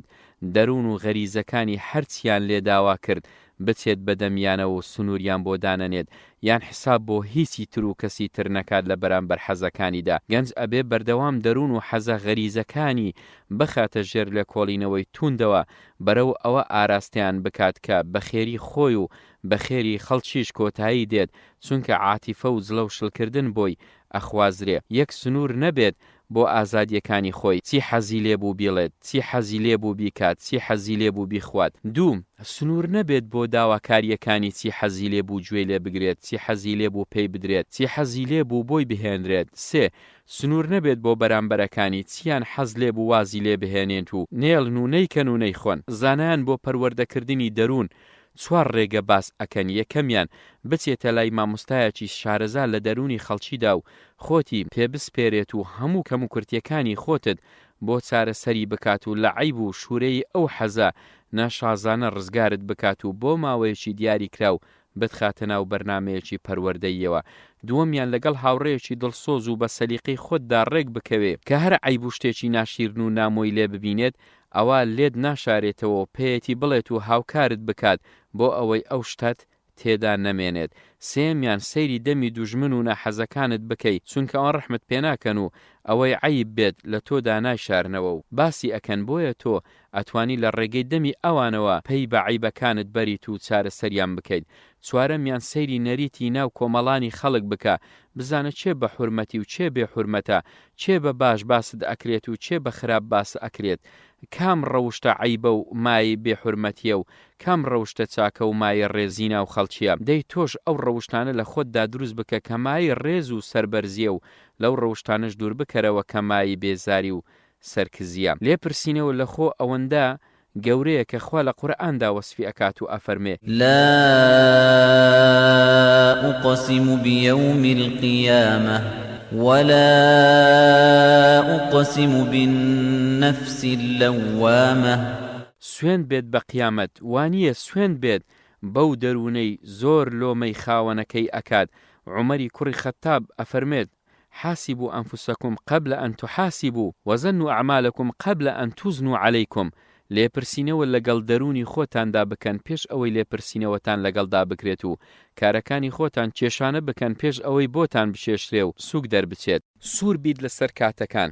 پێویستە پیاوی ژیر ئەگەر چاری ناچار نەبوو سوار کاتی تایبەتی هەبێت کاتێکی هەبێت دەرخانی بکات بۆ گفتوگۆ و و توێژ لەگەڵ پەروەردیگاریدا کاتێکیشی هەبێت بۆ ئەوەی لێپرسینەوە لەگەڵ دەرونی خۆیدا بکات کاتێکیشی هەبێت تایدا لە دروستکراوەکانی خوا ورد ببێتەوە کاتێکیشی هەبێت بۆ بەدەستێنانی پێویستەکانی لە خواردن و خواردنەوە لە هەموو کەس زیاتر لە کەسی سەرقاڵ پێویستی بەڕێخستنی کاتەکانی هەیە تا کارەکانی ئەم شپرزە نەکەن و ئەمیش کارەکانی پۆخڵە نەکات پێویستە گەنج کاتەکانی دابەش بکات بەسەر کارەکانیدا و هاوسەنگی ڕابگرێت نابێت هەموو کاتەکانی بدات بە خوێندندا یان بە پیاسەکردن یان بە ئینتەرنێت و چاتکردن یان کاتەکانی هەموو بداتە کار و کاسبیکردن و ئەرکەکانی تری ژیانی بخاتە پشتگوێ کار و کاسبی گرنگ و پێغەمبەر صلی الله علیه وسلم خوا بەندەیەکی خۆش ئەوێت کە پیشەیەک بزانێت سوبعەتکردن و قسەی خۆشیش پێویستە وەک حەزرەتی عەلی ئەفەرمێت ئیسراحەت و پشوو بدەنە دڵەکانتان سات دوای سات چونکە دڵ کە زۆرت لێکرد کوێر ئەبێت خوێندنەوەش گرنگە عیبادەتکردن و خواناسیش گرنگە دانیشتن لەگەڵ خێزان و خزمانیشدا گرنگە بەڵام نەک زیادە ڕۆی کردن تیایدا وەک پێغەمبەری ئیسلام ئەفەرمێ صلی الله علیه وسلم پەروەردیگارت مافی بەسەرتەوە هەیە جەستەت مافی بەسەرتەوە هەیە خێزانت مافی بەسەرتەوە هەیە میوانەکانت مافیان بەسەرتەوە هەیە تۆش مافی هەموو خاوەن مافێک بدە لە حەدیثێکی تردا پێغەمبەری خوا فەرمێ عەلەیهی سەڵات وسەلام ئەوەندە کار بخەنە سەرشانی خۆتان کە لە وزەتاندا هەبێت چونکە خوا بێزار نابێت تا ئێوە بێزار نەبن خۆشەویستترین کاریش لای خوا ئەو کارەیە بەردەوام بیت با کەمیش بێ هەندێک لە زانایان هەوڵیان داوە کە بەرنامەیەکی ڕۆژانە دابنێن تا گەنجی لەسەر بڕوات لەو کاتەوە کە ڕۆژ ئەبێتەوە و لە ناو جێگەیەکدا بەخەبەر دێتەوە تا ئەگاتە ئەو کاتەی کە ئەچێتەوە ناو جێگەکەی لە شەودا وەک دکتۆر یوسف قەڕەداوی لە کتێبی وەقت فی حەیاتی المسلم یان وەک ئەوەی فەتحی یەکین لە کتێبی ئەلبجدیاتدا باسی ئەکات و هەموو کەسێکیش ئازادە و ئەتوانێت چۆن گونجاوە بۆی بەو شێوەیە کاتەکانی ڕێکخات و هاوسەنگی لە نێوان ئەرکەکانیدا دروست بکات مامۆستا فەتحی یەکین ئەڵێت پێشنیار ئەکەم هەموو کەسێک ساتێکی هەبێت لە شەو ڕۆژدا لێپرسینەوە لەگەڵ دەرونی خۆیدا بکات سەبارەت بەم کارە گرنگانە یەک شەو نوێژ چونکە قوتابخانەیەکی ڕۆحی گەورەیە و کانگای وزەی ئیمانە دوو پارێزگاری کردن لە نوێژەکان بە تایبەتی نوێژی عەسر و نوێژی بەیانیان سێ خوێندنی بڕێک قورئان کە سەرچاوەیەکی دەوڵەمەندی ڕۆحی و ڕۆشنبیری و فکریە بۆ مرۆڤ چوار خواردن و بیرکردنەوە لەسەر سفرە لەو نیعمەتانە و حەڵاڵ و حرامی خواردنەکان و هەڵوێست بەرامبەر ئەو نیعمەتانە پێنج کاسبی کردن و هاوکاری کردنی خەڵک لە کارەکەتدا شەش تا چەندێک لەو شەو ڕۆژەدا هەستت بە چاودێری و حزوری خوا کردووە و تا چەندێک بێ ئاگا بوویت ئایا شتی ناشەرعیت کردووە شتێکت بۆ هەڵکەوت لەبەر خوا و قیامەت دەستت بۆ نەبردبێت ئایا کەس لە ڕووی دینەوە ئەو شەو ڕۆژە سوودیان لە تۆ بینیوە یان بە پێچەوانەوە هەشت ئایا ئەو شەو ڕۆژە هیچت خوێندوتەوە کە بە سوود بوو بێت بۆت ئایا تا چەند لەو شەو ڕۆژەدا ئامادە بووی کە بۆ خوا کار بکەیت جیهاد بکەیت خۆت بەخت بکەیت چونکە پێغەمبەر صلی الله علیه وسلم ئەفەرموێ هەر کەس بگاتە لای خوا و ئاسەواری جیهادکردنێکی پێوە دیار نەبێت کەلەنێکی گەورەی تێدا ئەبێت ئایا چەندێک بیرت لای جەستەت بووە لەو شەو ڕۆژەدا واتە چەندێک بەرامبەری چاک بوویت و ئەو مافەی جەستەت داوە و نەتفەوتاندووە گەنج ئەتوانێت خۆی بەرنامەیەک دابنێت بۆ ڕەخستنی کاتەکانی بۆ نمونە خشتەیەکی لەم شێوەیە دابنێ یەک فەرز بکات لەسەر خۆی کە پێش نوێژی بەیانی بە چارەگە سەعاتێک بەخەبەر بێت بۆ ئەوەی سەحەر و بەرەبەیانی لەدەست دەرنەچێت چونکە ئەلف زانست دەری خستووە کە باشترین کات بۆ ئاڵو گۆڕکردنی وزە لە نێوان زەوی و ئاسماندا بریتیە لە بەرەبەیان و ئەو کەسەی لەو کاتەدا بەخەبەر بێت زۆرترین وزە و ئەنەرژی وەردەگرێت لەو ئاو و لەو هەوای کە لەو بەرەبەیانیەدا بەکاری دێنێ هەر کەس نوێژی بەیانیان بە جەماعەت بکات ئەوە خوا لە ناو دۆستانی خۆیدا ناوی دەنووسێ ئاگادار بن ئازاری دۆستانی خوا نەدەن حەدیسەکە وا ئەفەرمێ جیم هەرچی پیاوی گەورە هەیە چ پیاوی دین و چ پیاوی دنیا پەروەردەی دەستی ئەم بەرەبەیانیان پیاوە دینیەکان خەریکی ئیستیغفار و عیبادەتن پیاوە دنیاییەکانیش خەریکی وەرزش و خواردنەوەی ئاوی هەڵمژینی هەوای پاچی پڕ وزەی ئەو سەحەرەن دوو لەو ڕۆژەدا بۆ سەر هەر کارێک ڕۆیشتی قوتابخانە بێت یان هەر پیشە و وەزیفەیەک پێویستە ئاگاداری ئەم پرەنسیپانە بیت ئەلف دڵسۆز بیت بۆ ئەو کارەت و جددی بیت تیایدا چونکە ئەوە مای ڕێزە بۆت و هەر ئەوەش مای تێکشکاندنی ناحەز و دوژمنەکانتە وەک حیکمەتەکە ئەڵێت باشترین کار بۆ تێکشکاندنی دوژمنەکەت ئەوەیە لە کارەکەتدا سەرکەوتوو بیت پێغەمبەریش صلی الله علیه وسلم ئەفەرمێم خوا کەسێکی خۆش ئەوێت کە بە دڵسۆزی و شارەزایانە کارەکەی بەڕێوە بەرێت بە غافڵ و بێ ئاگا نەبیت لە پەروەردیگارت چونکە ئەو چاودێرە بەسەرتەوە و هەموو ئەو شتانش کە لێتەوە دەردەچن لەسرت تۆمار ئەکرێت و سبەی لە دادگای پەروەردیگارە ئەدرێتەوە لە ڕوود باش بێت پێی سەربەرز ئەبیت و خراپیش بێت پێی ڕیسوا ئەبیت زانایان ئەڵێن مرۆڤ بەردەوام لە چوار حاڵەتدا ئەژی یان لە ناو ناز و نیعمەتەکەیدا یان لە ناو بەڵاو لێقەومانێکدایە یان لە ناو عیبادەتێکدایە یان لە ناو گوناهێکدایە ئەگەر لە ناو ناز و نیعمەتدا بوو ئەوە حەقی وایە بەدەم و بەدڵ بەدەست سوپاسی خوا بکات ئەگەر لە ناو گوناهدا بوو ئەوە پێویستە خێراتەوە بکات و هەنا بۆ پەروەردیگاری بەرێتەوە ئەگەر لە ناو بەڵاو لێقەومانێکیشدا بوو ئەوە پێویستە بەو بڕیارەی پەروەردیگاری ڕازی بێت و ئارام بگرێت ئەگەر لە ناو عیبادەتێکیشدا بوو ئەوە پێویستە بەنمک بێت بۆ خوا و دان بنێت بەو چاکەیەیدا کە خوا پەیداوە جیم کە لەو کارەی ئەگەڕێتەوە ماڵەوە مافی جەستە و دەرونی خۆی و ماڵ و مناڵ و خێزان و خزمان و دراوسەکانی لەبیر بێت ئەو مافانە بپارێزێت بە سەردانی بێت یان بە بەشداریکردنیان بێت لە خۆشی و ناخۆشیەکانیاندا چونکە مرۆڤ هەر ئەوەندە مافی خەڵکی لەبیر کرد ئیتر لێیاندا ئەبڕێت و نام و ئەبێتەوە و ئەکەوێتە پەراوێزەوە شەوان بە تایبەتی شەوانی پاییز و زستان تا بڵێ درێژن مرۆڤ تیایدا فریای زۆر شدەکەوێت خوێندنەوە سەردانی و شەو نشینی عیبادەتی زیادە نووسین بەدواداچوون بۆ هەوڵەکان بۆیە جێگەی خۆیەتی کە گەنج هەرچی کردووە ئەبێت بێ بەرنامە نەبێت لە شەودا و پێویستە زۆرترین سوود لە شەو وەربگیرێت تاقی کراوەتەوە کە هەر شتێک لە شەودا بەبەرهەم بهێنرێ زۆر کاریگەری لەبیر و دەروون و ئاکاری مرۆڤ ئەکات و ئەم قسەیەش لە قورئاندا ئاماژەیەکی بۆ کراوە کە ئەفەرمێ إن ناشئة الليل هي أشد وطئا وأقوم قيلا ئەوەی لە شەودا دروست ئەبێت لە هەموو شت بەهێزترە و ڕاگیرترین بیرۆکە و قسەیشە لە ناو قسەکاندا من بۆ خۆشم بۆ ئێوەش پێشنیار ئەەکەم کە هەموو شەوێک پێش ئەوەی چاومان بچێتە خەو لێپرسینەوەیەک لەگەڵ خۆمانە بکەین و هەموو ئەو قسە و کار و کردوانەی کە لە سەرەتای ئەو ڕۆژەوە تا ئەو ساتەی چوینەتە ناو جێگەی کردومانە هەموو لێ بدەینەوە و بیان پشکنین و بزانین کامیان هەڵە بووە کامیان ڕاز بووە کامیان بۆ خوا بووە کامیان بۆ نەفس بووە کامیان غەڵ و غەشی تێدا بووە کامیان دڵسۆزانە و سینە سافانە بووە کامیان بۆ قیامەت و لای پەروەردیگار مای ڕووسووریە و کامیان مای خەجاڵەتی و ڕەنج خەساریە چەند فەرز و سونەتمان فەوتاندووە و چەندمان جێبەجێ کردووە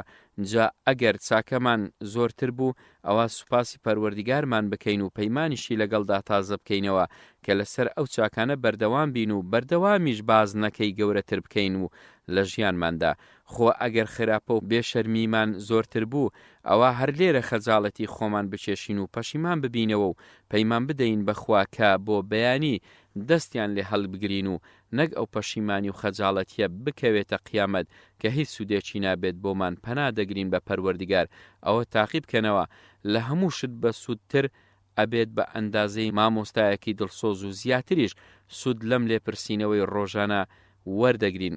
کۆنتڕۆڵی کارەکانی بکات ئەو کارانەی گەنج پێوەی سەرقاڵە ئەگەر قوتابی بێت بریتیە لە خوێندن ئەگەر خاوەن وەزیفە بێت بریتیە لە ئیشە حکومیەکەی ئەگەر ئەو دوانە نەبێت بریتیە لە کاسبی و کەسابەت ئەمە وەک کارە دنیاییەکانی بۆ دابینکردنی بژێویەکی سەربەرزانە لە دنیادا تا نەبێتە بار بەسەر کەسەوە و لەسەر پێی خۆی ڕابوەستێ گەنج ئەگەر کاری تری هەبوو وەک کاری ڕۆشنبیری یان خێرخوازی یان حیزبایەتی یان پەروەردەی لە سنتەرێکدا لە مزگەوتێکدا ئەوە پێویستە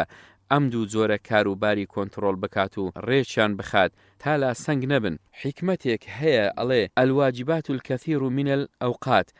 ئەرکەکان هەمیشە زۆرترن لە کاتەکان بۆیە ئەگەر گەنج بەرنمەیەکی نەبێت بۆ کۆنتڕۆڵکردن و ڕێخستنی کارەکانی تووشی عیبداری لای خوا و لای بەندەکانی خواش ئەبێت گەنجی وهەیە بەیانی کە بەخەبەر دێت خشتەی کاری ئەو ڕۆژەی ئەنووسێتەوە سەعات ئەوەندە فلانە کار ئەنجام ئەدەم فلانە سەعات سەر لە فلانە کەس ئەدەم فلانە سەعات ئەچم دەرسێک لای فلانە کەس ئەخوێنم وەڵامی فلانە پرسیار لە سەعات ئەوەندەدا ئامادە ئەکەم بۆ فلانە کەس سەعات ئەوەندە شەو سەردانی فلانە ماڵ ئەکەم بەو شێوەیە سوڵتان عەبدولحەمیدی دووەم ئەڵێ هەر کەسێکت بینی کە ڕووکەشی ڕێک و پێک بوو جلوبەرگ و سەر و قژی ئەوە بزانە کە ئەو کەسە سیستەم لە ژیانیدا هەیە. جارێکیان لە دانیشتنێکدا لەگەڵ بەرپرسێکی باڵای کوردیدا شتێکی وت، سەرنجی منی وەک گەنجێک ڕاکێشاوتی ساڵی 79 هەشتا بوو، سەرماندا لە بەنی سەدر سەرۆک وەزیرانی ئەوسای ئێران زۆر بەیەکەوە دانیشتین و تەواو بە بەتاڵ هاتە پێش چاومان کە هاتینە دەرەوە یەکێکمان وتی ئەم کابرایە زۆر بەتاڵ و بێ ئیشدیارە، پێناچێ سەرکەوتوو بێت لە کارەکانیدا. بەو چەند سەعاتە نرخ و قورسایی بەنی سەدر هاتە دەستی ئەو برادەرانەی لای خۆمان، چونکە کارەکانی ڕێک نەخست بوو، کۆنتڕۆڵی نەکردبوون، واش بوو هەر زوو تێکشکا و لە عەزرەتە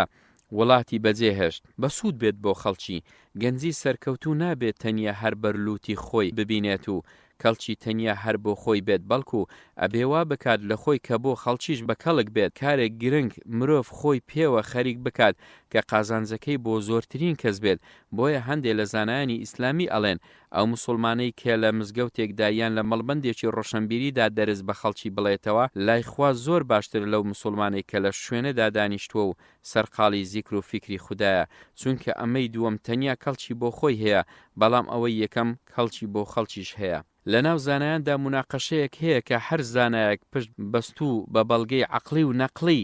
بە بیر و بۆچوونی خۆی ڕایەکی تایبەتی لەسەرداوە، پرسەکە ئەوەیە ئایا کام کارە لای خوا لە هەموو کارێکی تر بەڕێزتر و خۆشەویسترە. زانایان چوار ڕێیان لەم بارەیەوە داوە. هەندێکیان فەرموویانە ئەو کارە لای خوا خۆشەویسترە کە پێوەی زیاتر ماندوو ببێ. لێرەدا فەرموودەیەک ئەکەنە بەڵگە کە ئەڵێ خەیر الأعمال إلى الله حەمزەها، باشترین کار لای خوا ئەو کارەیە زەحمەتی زیاتری پێ بشێشتێ. بەڵام بەداخەوە فەرموودەکەی لاوازە، هەرچەندە زانایان فەرموودەی تری وەک باشترین کار لای خوا هەڵگرتنی دەست و نوێژە لە کاتی ناڕەحەتیدا ئەکەنە بەڵگە بۆ ئەم ڕایەش کە فەرموودەیەشی دروستە. هەندێک ئەفەرمون باشترین کار ئەو کارەیە کە لە دنیادا زاهید بێت و زۆر کۆڵ بە دنیاوە هەڵنەگرێ و هەر خەریکی ئاخیرەت بێت و دڵ پەیوەست بکەیت بەخواوە و نەپڕژەیتە سەر هیچی تر و کەسی تر. هەندێ ئەفەرمون باشترین کار و عیبادەت ئەو کار و عیبادەتەیە کە سوودی بۆ خەڵکی تریش هەبێت و ئەو فەرموودەیەش ئەکەنە بەڵگە کە پێغەمبەری خوا صلی الله عليه وسلم ئەفەرمێم، یانی خەڵک هەموو دروستکراوی دەستی خوان، باشترین کەسیش ئەوانن کە کەڵکیان بۆ دروستکراوەکانی خوا هەبێت. ئەمەش هەروایە چونکە کارێک تەنیا خاوەنەکەی سوودی لێ ببینێ لەکوێ و کارێکە خاوەنەکەی و خەڵکی تریش سوودی لێ ببینێ لەکوێ. حەدیث هەیە کە ئەفەرمێ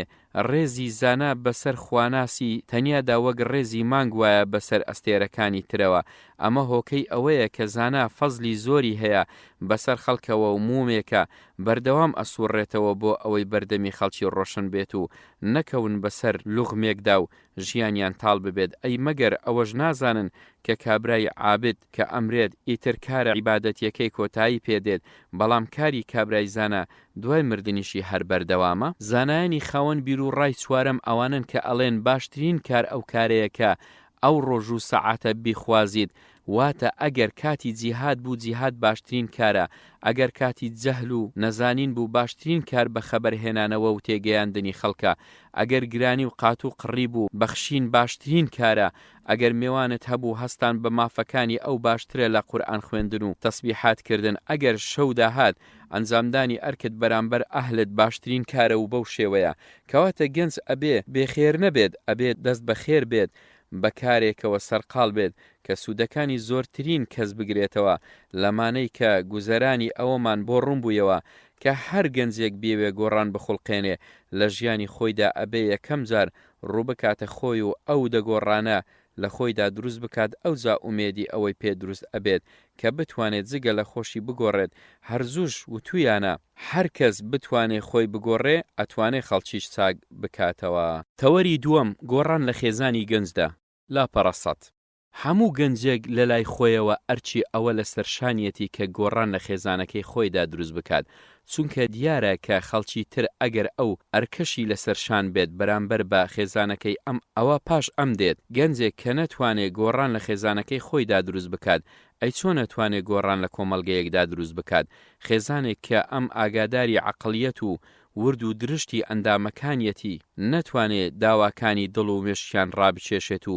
بەرەو خۆی و بیر و باوەڕی خۆی کەمە دەچێشیان بکات، ئەی چۆن نەتوانێت خەڵکی تر بێنێتە سەر بیر و باوەڕەکانی خۆی؟ ئەو بیرودید و جیهان بینینەی گەنج هەیەی ئەگەر خێرە پێویستە یەکەم کەسێک کە سوود لەو خێرە برن خێزانەکەی خۆی بێت ئەگەر شەڕیش بێت بێگومان یەکەمین کەسێک کە پشتی بگرێت لەو شەڕەدا خێزانەکەی خۆیەتی گەنج ئەگەر هەموو دنیا بەرەو چاچی و ڕێیەکی بەرێت ناحەزێک پێیوت خێزانەکەت و فلانە تاچی خێزانەکەت واو ئەمەیە دنیای لەبەر چاو ڕەش ئەبێت لە بەرامبەر ئەم خاڵە لاوازیەدا ئەو هەموو خاڵە بەهێزە ناتوانێت ڕۆحیەتی ئەم گەنجە ڕابگرێت خێزانی هەر گەنجێک هاوڕا و هاوکاری بێت لە ژیاندا لە هەموو کەس سەرکەوتوتر ئەبێت و بەرهەمی زۆرتریش ئەبێت و بە پێچەوانەشەوە هەر گەنجێک نەیتوانی بێت کە خێزانەکەی بگۆڕێت لە هەموو کەس تێکشکاوتر بووە و بەرهەمیشی کەمتر بووە لەبەر ئەمەیە زانایان ئەڵێن گەنج ئەرکی دووەمی پاش گۆڕانی خۆی بریتە لە گۆڕانی خێزانەکەی کە ئەمەش بەم ڕێگەیانە ئەبێت یەک ئەبێ وا لە خێزانەکەی بکات کە ڕێز لە عەقیدە و فیکرەکەی ئەم بگرن دوو ئەبێ وا بکات لە خێزانەکەی پابند ببن بەو ئەتەکێت و سیستەمەوە کە دینەکەی دایناوە بۆ هەموو خێزانێک سێ ئەبێ لە هەڵبژاردننی خێزاندا زۆر ژیر بێت چوار ئەبێ ئەرک و مافەکانی نێوانیان پشتگوێ نەخرێت و ئەنجام بدرێت پێنج ئەبێ مناڵ و خزمەتکارەکانیان پەروەردە بکەن و پابندیان بکەن بە بنەماکانی دینەکەیانەوە ئەم ئەرکانە کەم نین ئەرچی زیادە و قسەی هەوەنتەش نین گەنج نەتوانێت ئەم گۆڕانکاریانە لە ناوخێزانی خۆیدا بکات پاڵێوراو نییە کە ئەرچی گۆڕانی کۆمەلگای پێ بسپێرێت چونکە وەک عەرەب ئەڵێم ئەوەی شتێکی نەبێت چی ببەخشێ کەسێک کەڵکی بۆ نزیکترین و خۆشەویستترین کەسی خۆی کە خێزانەکەیەتی نەبێت جێلەتیە کە خەڵکی تێ چاوەڕوانی کەڵک و پیاوەتی لێ بکەن بۆ خۆیان جابا هەندێ ڕاوەی کورد لەسەر هەر یەک لەو ئەرکانەی گەنج بنووسین کە بەرامبەر خێزانەکەی لە ئەستۆیدایە و پێویستە پێیان هەستێت لەم کاروانی گۆڕانەدا ئەرکەکانی گەنج بەرامبەر بە خێزانەکەی یەکەم وا بکات ڕێز لە عەقیدە و فیکرەکەی بگرێت گەنج ئەبێ خۆی داهێنەر بێت لە دانانی بەرنمەیەکدا کەوا ئەکات لە خێزانەکەی ڕێز لە خۆی و دین و بیر و ڕاکانی بگرن بەرنمەیەک لە خەڵکی تریش بتوانن پێڕەوی لێ بکەن و وەک ئەم ئەوانیش گۆڕان لە خێزانەکانیاندا دروست بکەن چونکە بەڕاستی گەنج سەرچاوی هەموو داهێنانێکە گەنجێک گوتی ماوەیەکی زۆر بوو معاناتم هەبوو لەگەڵ خێزانەکەی خۆمدا من نەگرم ئەتوانی وایان لێ بکەم کە بیر و ڕاکانم بسەلمێنن بەڵکو ئەوان بەردەوام فشاریان لەسرم بوو تا دەستبەرداری بیر و باوڕەکانم ببم بە تایبەتی باوکم زۆر تووڕێی ئەکردم و بەردەوام داوای ئەوەی ئەکرد کە من واز بهێنم و بەسمە سەر بیر و ڕاکانی ئەو لە کاتێکدا ئەو بیر و ڕانەی ئەو مای ڕەنجەڕۆیی هەردوو دنیا بوو کارگەیشتە ئەوەی کە باوکم ڕێگەی چوونە مزگەوت و تەنانەت نوێژکردنی ماڵیشی لێگرتم ناچار منیش بیرم لەوە کردەوە شەوانە کە ئەوان ئەخەون بچمام هەورە بانەکەی ماڵەوە و لەوێدا پەرستگایەکی بچکۆڵانم بۆ خۆم بخۆڵقێنم و عیباتەتی تێدا بکەم تا شەوێکیان باوکم کە بۆ کاری تایبەتی خۆی بەخەبەر هات جێگەکەم گەڕابوو نەیدۆزی بوومەوە دەرو ماڵێکی کردبوو پاشان هاتبوو با خەیاڵیدا کە سەربانم بۆ بگەڕێ کە هاتبووە هەورەبانەکە سەیری کردبوو من خەریکی دوعاکردنم بۆ چێ بۆ باوکم خۆی دیمەنی دوعاکردنەکەم سەرنجی ڕاکێشا بوو بۆیە ورد گوێی لێگرتبوو کە من بەدەم گریانەوە هەروتبووم ربنا اغفر لي ولوالدي وللمؤمنين يوم يقوم الحساب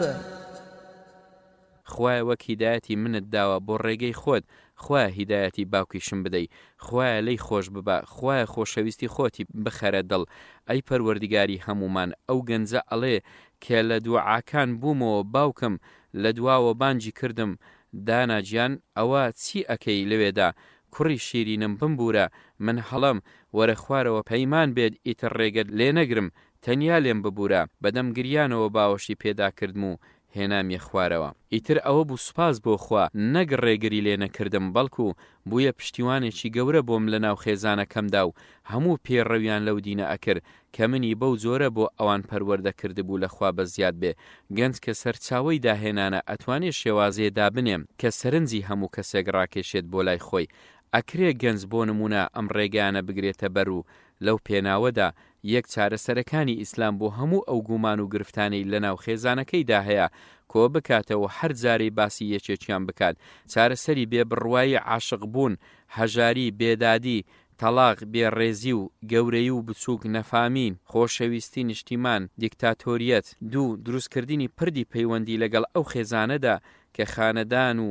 بەڕێزن و هاوار و هاوبیری خۆتانن تا بزانن تەئثیری فراوانتر بکەیت و هاوکاری زیاتر بۆ خۆت و بیر و ڕاکانت بدۆزیتەوە. 3. سوود لە کتێب لە سیدی گۆڤار و بڵاوکراوە ئەتاکی سەرنج ڕاکێش مۆبایل و سرود و شعر و شتی تر وەربگرێ بۆ ئەوەی ئەندامانی خێزانەکەت بەرەو بیر و ڕاکانت ڕابچێشێ و گومانەکانیان بڕوێنێتەوە کە دەربارەی فکرەکەی ئەم هەیانە. 4. لە هیچ بێشەرعیەک بێدەنگ نەبی بەڵکو بە هەموو ڕێگەیەشی دروست هەوڵ بدەی کە زیانەکانی ئەو شتە بێشەرعیە ڕۆشن بکەیتەوە، زیانە دینیەکان و زیانە دنیاییەکانی، چونکە هەر ئەوەندەی بێشەرعیەک و دوان و سیان جێگەی خۆیانیان کردەوە لە ماڵەکەتدا ئیتر ئەبێتە هێلانێشتی بێشەرعی و شەیتان دەست بە هێلکەکردن ئەکات لەناو ئەو هێلانانەدا و دەیان شتی زیان بەخش چاو ئەتروچێن و دێنە ناو ژیانی خێزانەکەت. 5. دانانی کاتێک لە هەفتەدا بۆ خێزانەکەی بۆ ئەوەی دەرسێکی تێدا بخوێندرێت و پاشان بابەتی ئەو دەرسە بکرێتە تەوەری مناقەشەکردنی لە نێوان ئەندامانی خێزانەکەدا تا زیاتر لەگەڵ بابەتەکەدا جۆش بخۆن و کار لێک بکەن. بۆ هەموو گەنجێک پێشنیار ئەەکەم کە کتێبی فکری تەربیەت الئوسرەی عەبدولەتیف بن حاجس الغامدی بخوێنێتەوە تا تێبگات کە مرۆڤ تا چەندە ئەتوانێت داهێنەر بێت لە بیرۆکەی زۆر بە زۆردا و سوودیش لە ئەو بیرۆکانە بەرێت کە ئەو زانە بەڕێزە دایهێناون. خێزانەکەی پابند بکات بە ئەتەکێتی دینەکەیەوە.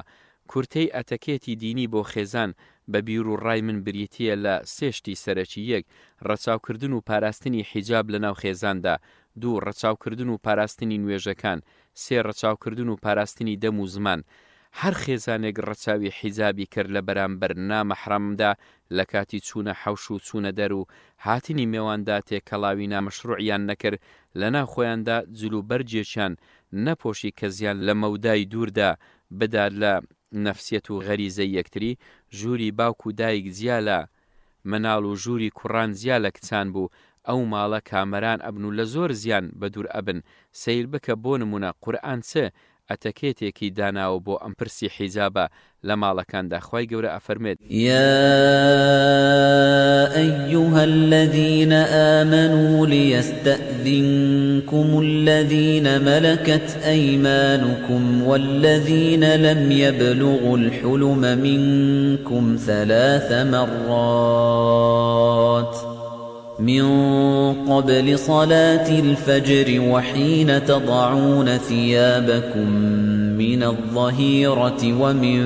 بعد صلاة العشاء 3 عورات لكم ليس عليكم ولا عليهم جناح بعدهن طوافون عليكم بعضكم على بعض كذلك يبين الله لكم الآيات والله عليم حكيم.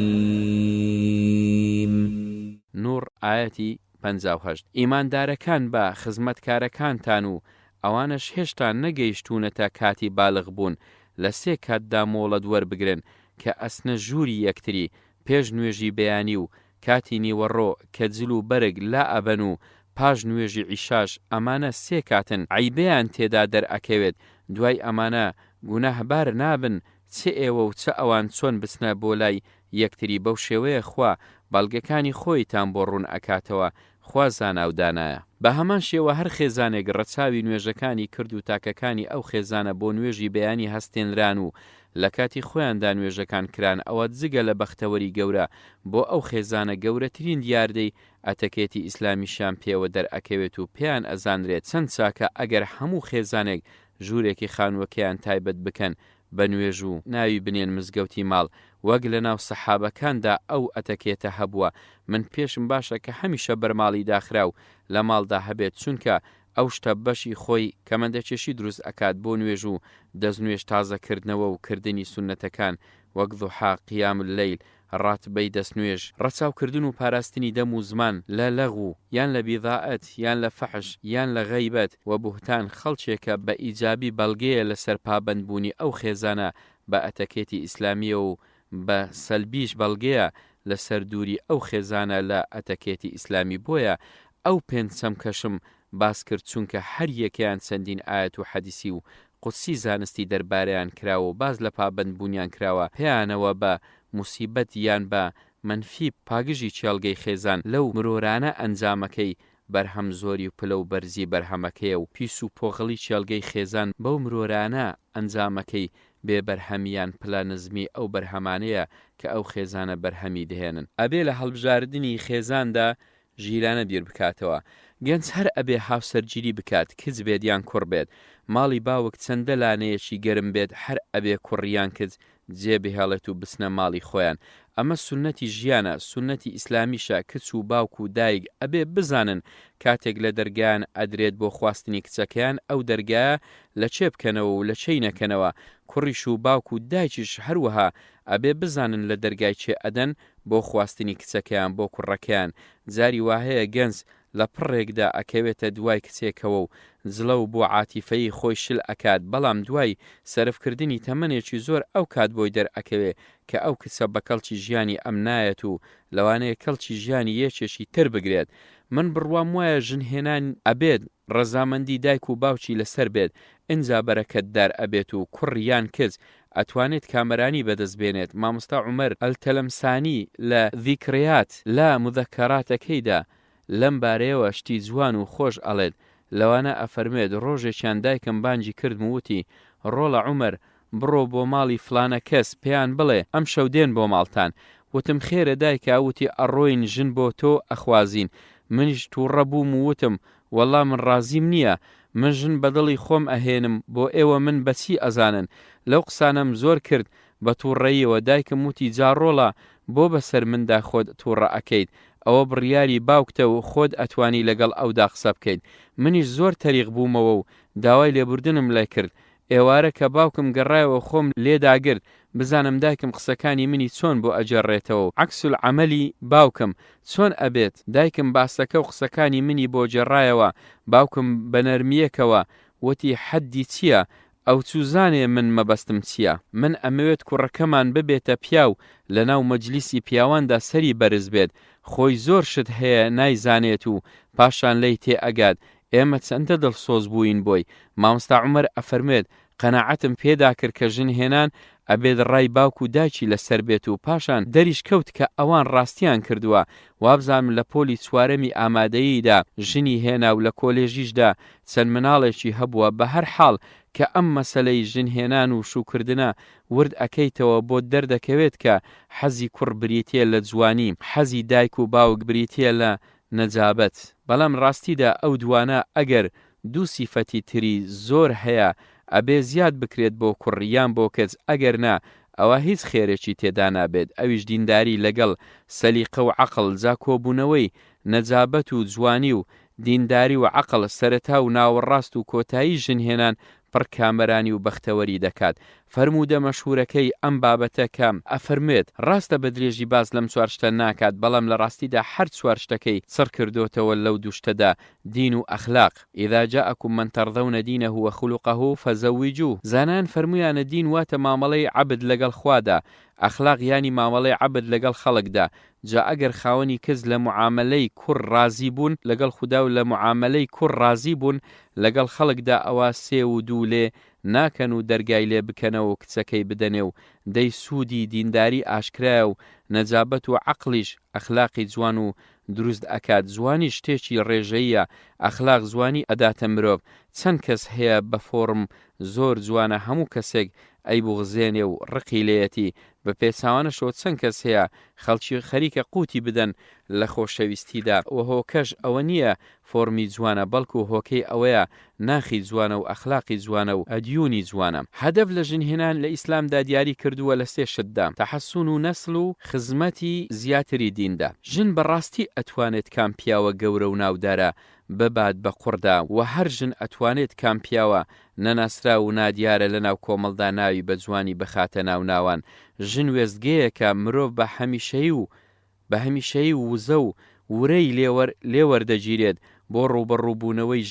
ژن ئەگەر خوا بیکات بۆ مرۆڤ هەرچی کەسە و پیا و هەرگیز بێ کەسی پێوە دیار نابێت ئەگەر ژنەکەی نەدیم و سالارە بێت بۆی ژن ئەتوانێت هەڵقەی وەسلی نێوان خۆی و خزمانی مێردەکەی بێت و هەڵقەی وەسلی نێوان مێردەکەی و خزمانی خۆی بێت هەر ژن ئەتوانێت مناڵ پەروەردە بکات و هەر ئەویش ئەگەر مەیلی نەبوو مناڵەکانی بەڕەڵا ئەبن و ناچێزە و ناساڵح دەرئەچن ژنی موسڵمان و عەقڵ زیادە نیعمەتێکە خوا ئەیدا بە عەبدی خۆی کاتێک لەگەڵ نیعمەتی تردا بێت ئەوە خەیری عەلا خەیرە لەگەڵ نەبوونی نیعمەتی تردا هەموو نیعمەتەکانە بۆ تۆ ئەرک و مافەکان لەناو خێزاندا خوای پەروەردیگار بە 5 وشە هەموو ئەرک و مافەکانی ژن و مێردیاری دەکات وەک دەفەرمێ وَلَهُنَّ مِثْلُ الَّذِي عَلَيْهِنَّ بِالْمَعْرُوفِ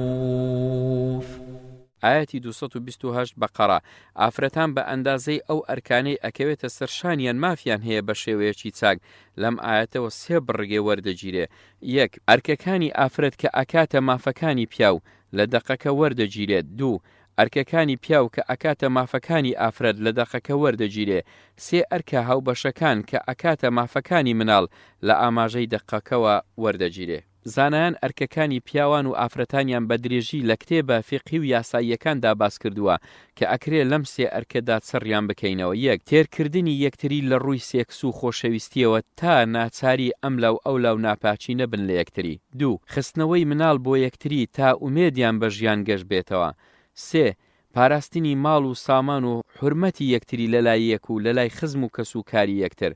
بەڵام پیاو پلەیەکی زیاتر دراوەتێ لە عەقڵ و لە شەرعیشدا ئەوەیە پیاو بەڕێوەبەری ناو دەستگای خێزانە لە حاڵەتی ئاسایی خێزاندا و پێویستە ژن ئەو مافە زیادەی بپارێزێت و خۆشی و مناڵەکانیش پابند بکات بە ئاراستەکانی ئەو بەڕێوەبەرەوە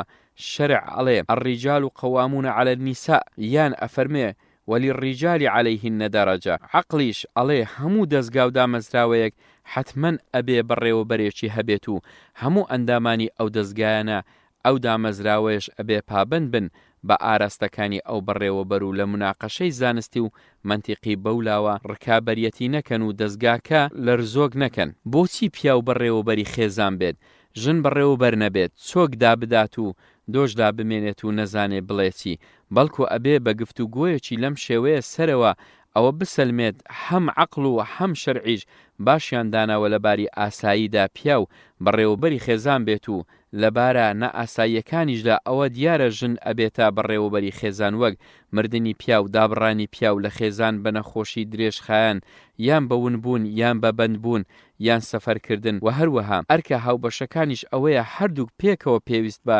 باشترین شێوە مناڵەکانیان پەروەردە بکەن و هاوکاری یەکتر بن بۆ ئەو پرۆسەی پەروەردەیە ئاڵۆز و درێژخایەنە چونکە نەبا پیاو بە تەنیا و نەبە ژن بە تەنیا مناڵ پەروەردە نابێت ژن پێویستە سام و خۆشەویستی باوچیان لە مناڵەکانیاندا بچێنێ و پیاویش پێویستە ڕێز و خۆشەویستی ژن لە مناڵەکانیدا بسێنێت چونکە وا هاوسەنجی دروست ئەبێت ڕووناچی گڵۆ پێشیش بە دوو تەزووی سارد و گەرم دروست ئەبێ نەک دوو گەرم ئەبێ مناڵ و خزمەتکارەکانیان پابند بکەن بە دینەوە گەنج کە بە تەمای گۆڕانە لە ناو خێزانەکەیدا پێویستە شان بداتە ژێر ئەم ئەرکە کە حتمیەتی گۆڕان لەسەری فەرز ئەکات ئەوانەی لە ناو خێزاندان بریتین لە دایک و باوکی گەنج ژنەکەی خوشک و براکانی مناڵەکانی خۆی خزمەتکارەکانیان وەک لە هەندێک شوێندا بوونی هەیە گەنج ئەبێ ژنەکەی خۆی و مناڵەکانی پێش لە هەموو کەس پابند بکات بەدینەوە لە ڕووی بەرنمەیەکی نەرمە ئامێزەوە کە ئەبێت توخمی سەرسامبوون و خۆشەویستی فاکتەری ئەو پابندبوونانە بێت چونکە ئەو کاتە توانیویەتی دڵسۆز و هەوادار دروست بکات بۆ فیکرەکەی خۆ ئەگەر بە توخمی ناچاربوون و ڕقلێبوون پێڕەویان لە دینەکەی ئەم ئەکرد ئەوان نەک هەوادار و پشتیوانی بۆ دینەکەی دروست نەکردووە لەوەدا سەرکەوتوو نەبووە بەڵکو کۆمەڵێک دووڕووی بۆ دین و بۆ خۆی دروست کردووە کە ئەگەری ئەوە هەیە لە سەعاتێکدا لە ڕوویدا بوەستنەوە و خەجاڵەتی لای دۆستان و برادەرانی بکەن تەوەری سێم گۆڕان لە کۆمەلگەی گەنجدا لاپەڕا 122 هەر خاوەن ئایدۆلۆژیایەک لە لای خۆیەوە لە هەواڵی گۆڕانی کۆمەلگەیەکدا بەرەو ئەو ئاراستەی ئەو بیرەکەی ئەو ئەیانەوێت هەیە ئەیەوێ کۆمەلگەکەی بەرەو سۆسیالیزمی بەرێت و دیکتاتۆری پرۆلیتاریایی پێ دروست بکات یەکێکی تر ئەیەوێ بەرەو سەرمایەداری ببات و ئەوەکەی تر بەرەو بەدڕەوشتی و هەڵوەشاندنەوە و بەبایەکی تر بەرەو ئیلحادی و بێدینی و کەسێکی تر بەرە و ڕۆژ ئاوە و یا ڕۆیی تر بەرە و ئەوروپا و کۆمەڵگەکەی ببات و ئەو کەلتورەی تێیدا بسێنێت کە لە کۆتاییدا بە سوودی خۆی یان بە بنەماڵەکەی یان بە فیکرەکەی تەواو ئەبێت. سەنتەری گۆڕان لە گەنجدایە. ئەمە قسەی بیرمەندێکی هەشتاکان بوو. بیرم مابێت لە کتێبی تەغیر الجەماعیدا باسی کردبوو. هەر گەنجە ئەتوانێت بەملادا یا بەملادا کۆمەڵگەکان بگۆڕێت. جا ئەگەر بەرەی گەنجی هەر میلەتێک و وڵاتێک ڕوو لە خێر بوو ئەوە کۆمەڵگەکە بەرەو خێر ئەبەن و ئەگەر بە پێچەوانەشەوە بوو ئەوە بە پێچەوانەوە ئەبێت. هەنگاوەکانی گۆڕان لە کۆمەڵگەدا بەم شێوەیە ئەبێت. یەکەم،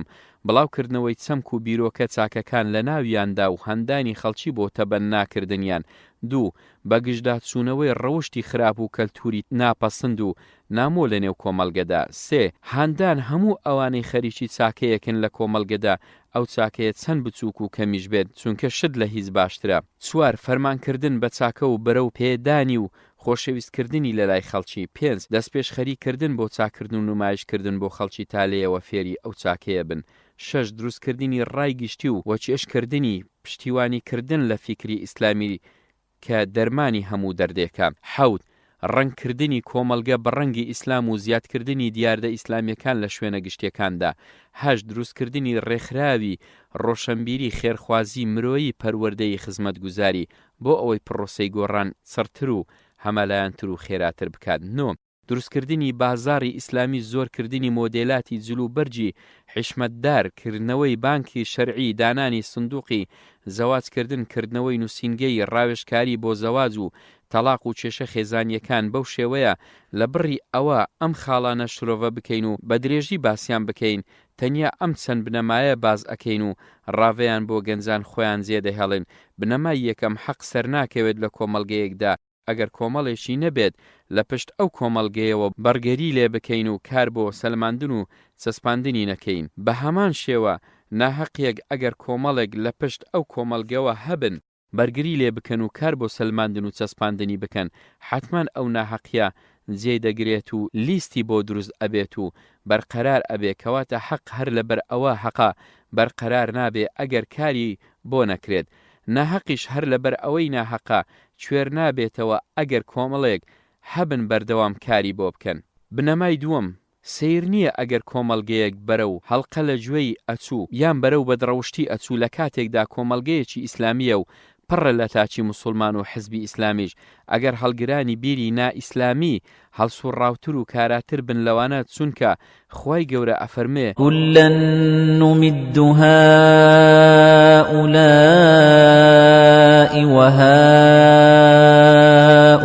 وَهَؤُلَاءِ مِنْ عَطَاءِ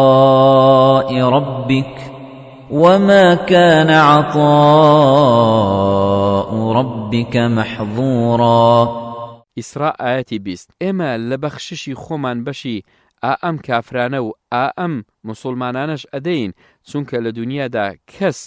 بێبەش ناکرێت لە بەخششی پەروەردیگارت. کەواتە خەڵکی دوور لە دین و ڕەنج بدات لە دنیادا بەری ڕەنجەکەی ئەخوات و خەڵکی هەواداری دینیش ڕەنج بدات هەر بەری ڕەنجەکەی خۆی ئەخوات. هەر کامێکیش لەو دوانە کار نەکات و هەوڵ نەدات پەنجەی پەشیمانی ئەگەزێت و ئەبێت تەنیا لۆمەی خۆی بکات. بنەمای سێم، ئەوەش سیر نییە کە کۆمەڵگەیەک بەرەو ئیسلام و گەشەی ئیسلامی بڕوات لە کاتێکدا کە کۆمەڵگەیەکی نائیسلامیە و پڕە لە تاچینا موسڵمان و حزب و گروپی مەسیحی و یەهودی ئەگەر هەڵگرانی بیری ئیسلامی هەڵسوڕاوتر و کاراتر بن لەوان چونکە هاوچێشەکە هەر هەمان هاوچێشەی پێشووە کە پەروەردیگار کەس بێبەش ناکات لەبەری ڕەنجی خۆی. نمونەی یەکەم کۆمەڵگەی ئیسلامیەکانی ئەمڕۆیە و نمونەی دووەمیش کۆمەڵگەکانی ئەوروپا و ئەمریکایە کە هەڵگرانی بیری ئیسلامیش لە وڵاتە نامۆیانەدا شەو ڕۆژ هەڵدەسوڕێن و کار دەکەن. بەو شێوەیە کۆمەڵگاکانی ڕۆژ ئاوایان خستۆتە ژێر کاریگەری دینەکەیە. بنەمای چوارەم، بناغی گۆڕانی ڕیشەی لە تاکەوە دەست پێ دەکات، پاشان خێزان، پاشان کۆمەڵگە و پاشان حکوومەت و پاشان نیشتیمانیش سربەخۆیی وەردەگرێت. چونکە تا فکر ئازاد نەکرێت نیشتیمان ئازاد نابێت. هەر کەس توانی بیرت داگیر بکات ئەوە دڵنیا بە کە نیشتیمان و کۆمەڵگە کەشت داگیر دەکات. بۆیە دروستکردنی تاچی ئازا و ئازاد و خێزانی پاک و بەکەڵک و کۆمەڵگەی مەحکەم و چاک جگە لە حکومەتی ئازا و ئازاد و پاک و بەکەڵک و چاک و مەحکەم هیچی تری لێ نابێت. بنەمای پێنجەم کۆمەڵگە بەکاری تاکە کەسی و کاری دەستە جەمعی و کاری ڕاگەیاندن و ڕێکخراوەی زۆر بە جۆرەکان گۆڕانی تێدا دروست ئەکرێت بەڵام کاریگەرترین کەرەسا بۆ گۆڕینی کۆمەڵگە بریتە لە سێشتی گەورە یەک ڕاگەیاندنی بەرچاو ڕۆشنی خاوەن پێیام کە کار لەسەر ڕووداوەکانی ڕۆژ بکات دوو حزبێکی ئیسلامی ئیشکەر کە کار لەسەر تەکتیک بکات سێم کۆمەڵێک ڕێکخراوی مەدەنی کە کار لەسەر ستراتیژ بکات مەبەستمان بە یەکەم ئەوەیە شوێن ڕوودا و هەواڵەکانی ڕۆژ بکەوێت لە هەموو کایەکانی سیاسی و کۆمەڵاتی و ڕۆشنبیری کۆمنت و بەرنامە ئامادەکات لە سەریان و دنیابینی ڕێک و ڕاست بداتە کۆمەڵگا مەبەستمان لە دووەمیشیان ئەوەیە حزبە ئیسلامیەکە کار لەسەر شتە مەرحەلەیەکان بکات و بە بەرچاوڕوونیەوە بەرەو دەسەڵاتی هەنگاو هەڵبگرێت و هەڵ و دەرفەتەکانی لەدەست نەدات مەبەستیشمان لە سێمیش ئەوەیە ئەو ڕێکخراوە مەدەنیانە کاری استراتیژی بکەن و نەوەی داهاتوو دروست بکەن بۆ نمونە قوتابخانەیەکی سەرەتایی نمونەیی لۆکاڵی دروست ئەکەن یان دایانگایەکی نمونەی ئەکەنەوە یان کۆلێژێکی ئەهلی یان نەخۆشخانەیەکی تایبەت یانکردنەوەی نووسینگەی ڕاوێژکاری زۆر بە جۆر بۆ چارەسەری کێشە خێزانیەکان و بەو شێوەیە ئەمانە ئەبێ کار لەسەر استراتیژی نەک تەکتیک بکەن ئەبێ دوور بڕوانن نەک تەنیا چاوەڕوانی بەری ڕەنزی کاتی خۆیان بکەن من وەک خۆم زۆر سەرسامم بەو سیاسەتە دووربینیانەی کە ئێستا کۆمەڵی نور لە تورکیا پێڕەوی لێ دەکەن لە هەموو هەرێمەکانی وڵاتی خۆیان و وڵاتانی تریشدا قوتابخانەی نمونەیی و خەستەخانەی نمونەیی و کۆلێژی نمونەیی دەکەنەوە و تەمای ئەوەیانە کە پاش 50 ساڵی تر بەرەی ئەو ڕەنزیان ببینن جا ئەگەر گەنجان خۆیان بەجیان بە تێکەڵ لەگەڵ جەمع و گروپی تردا بەرنمەیەکی لەو شێوەیان کە باسمان کردیانە بەر بۆ گۆڕینی و کۆمەلگاکانیان ئەوە بە دڵنیاییەوە ئەتوانن گۆڕان لە کۆمەلگەکەیاندا دروست بکەن و بەری ئەو ڕەنزەشان بەزوو ببین و خوای گەورەش ئەفەرمێ وأن ليس للإنسان إلا ما سعى تەوەری چوارەم گۆڕان لە حکومەتدا لاپەڕە 130 گفتوگۆیەکی جەدەلی لە نێوان بیریاراندا بەگشتی و بیریارە ئیسلامیەکاندا بە تایبەتی هەیە لەسەر ئەوەی ئایا گۆڕان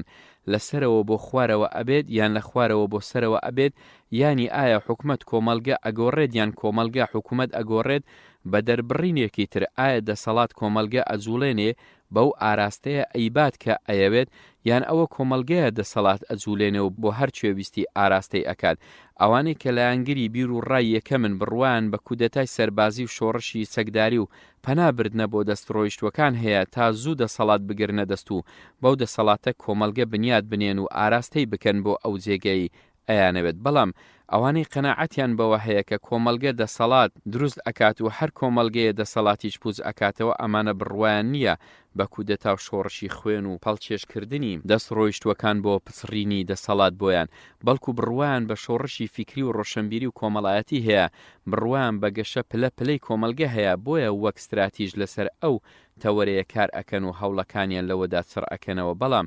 ڕێگریش لەوەدا نییە وەک تەکتیتێکی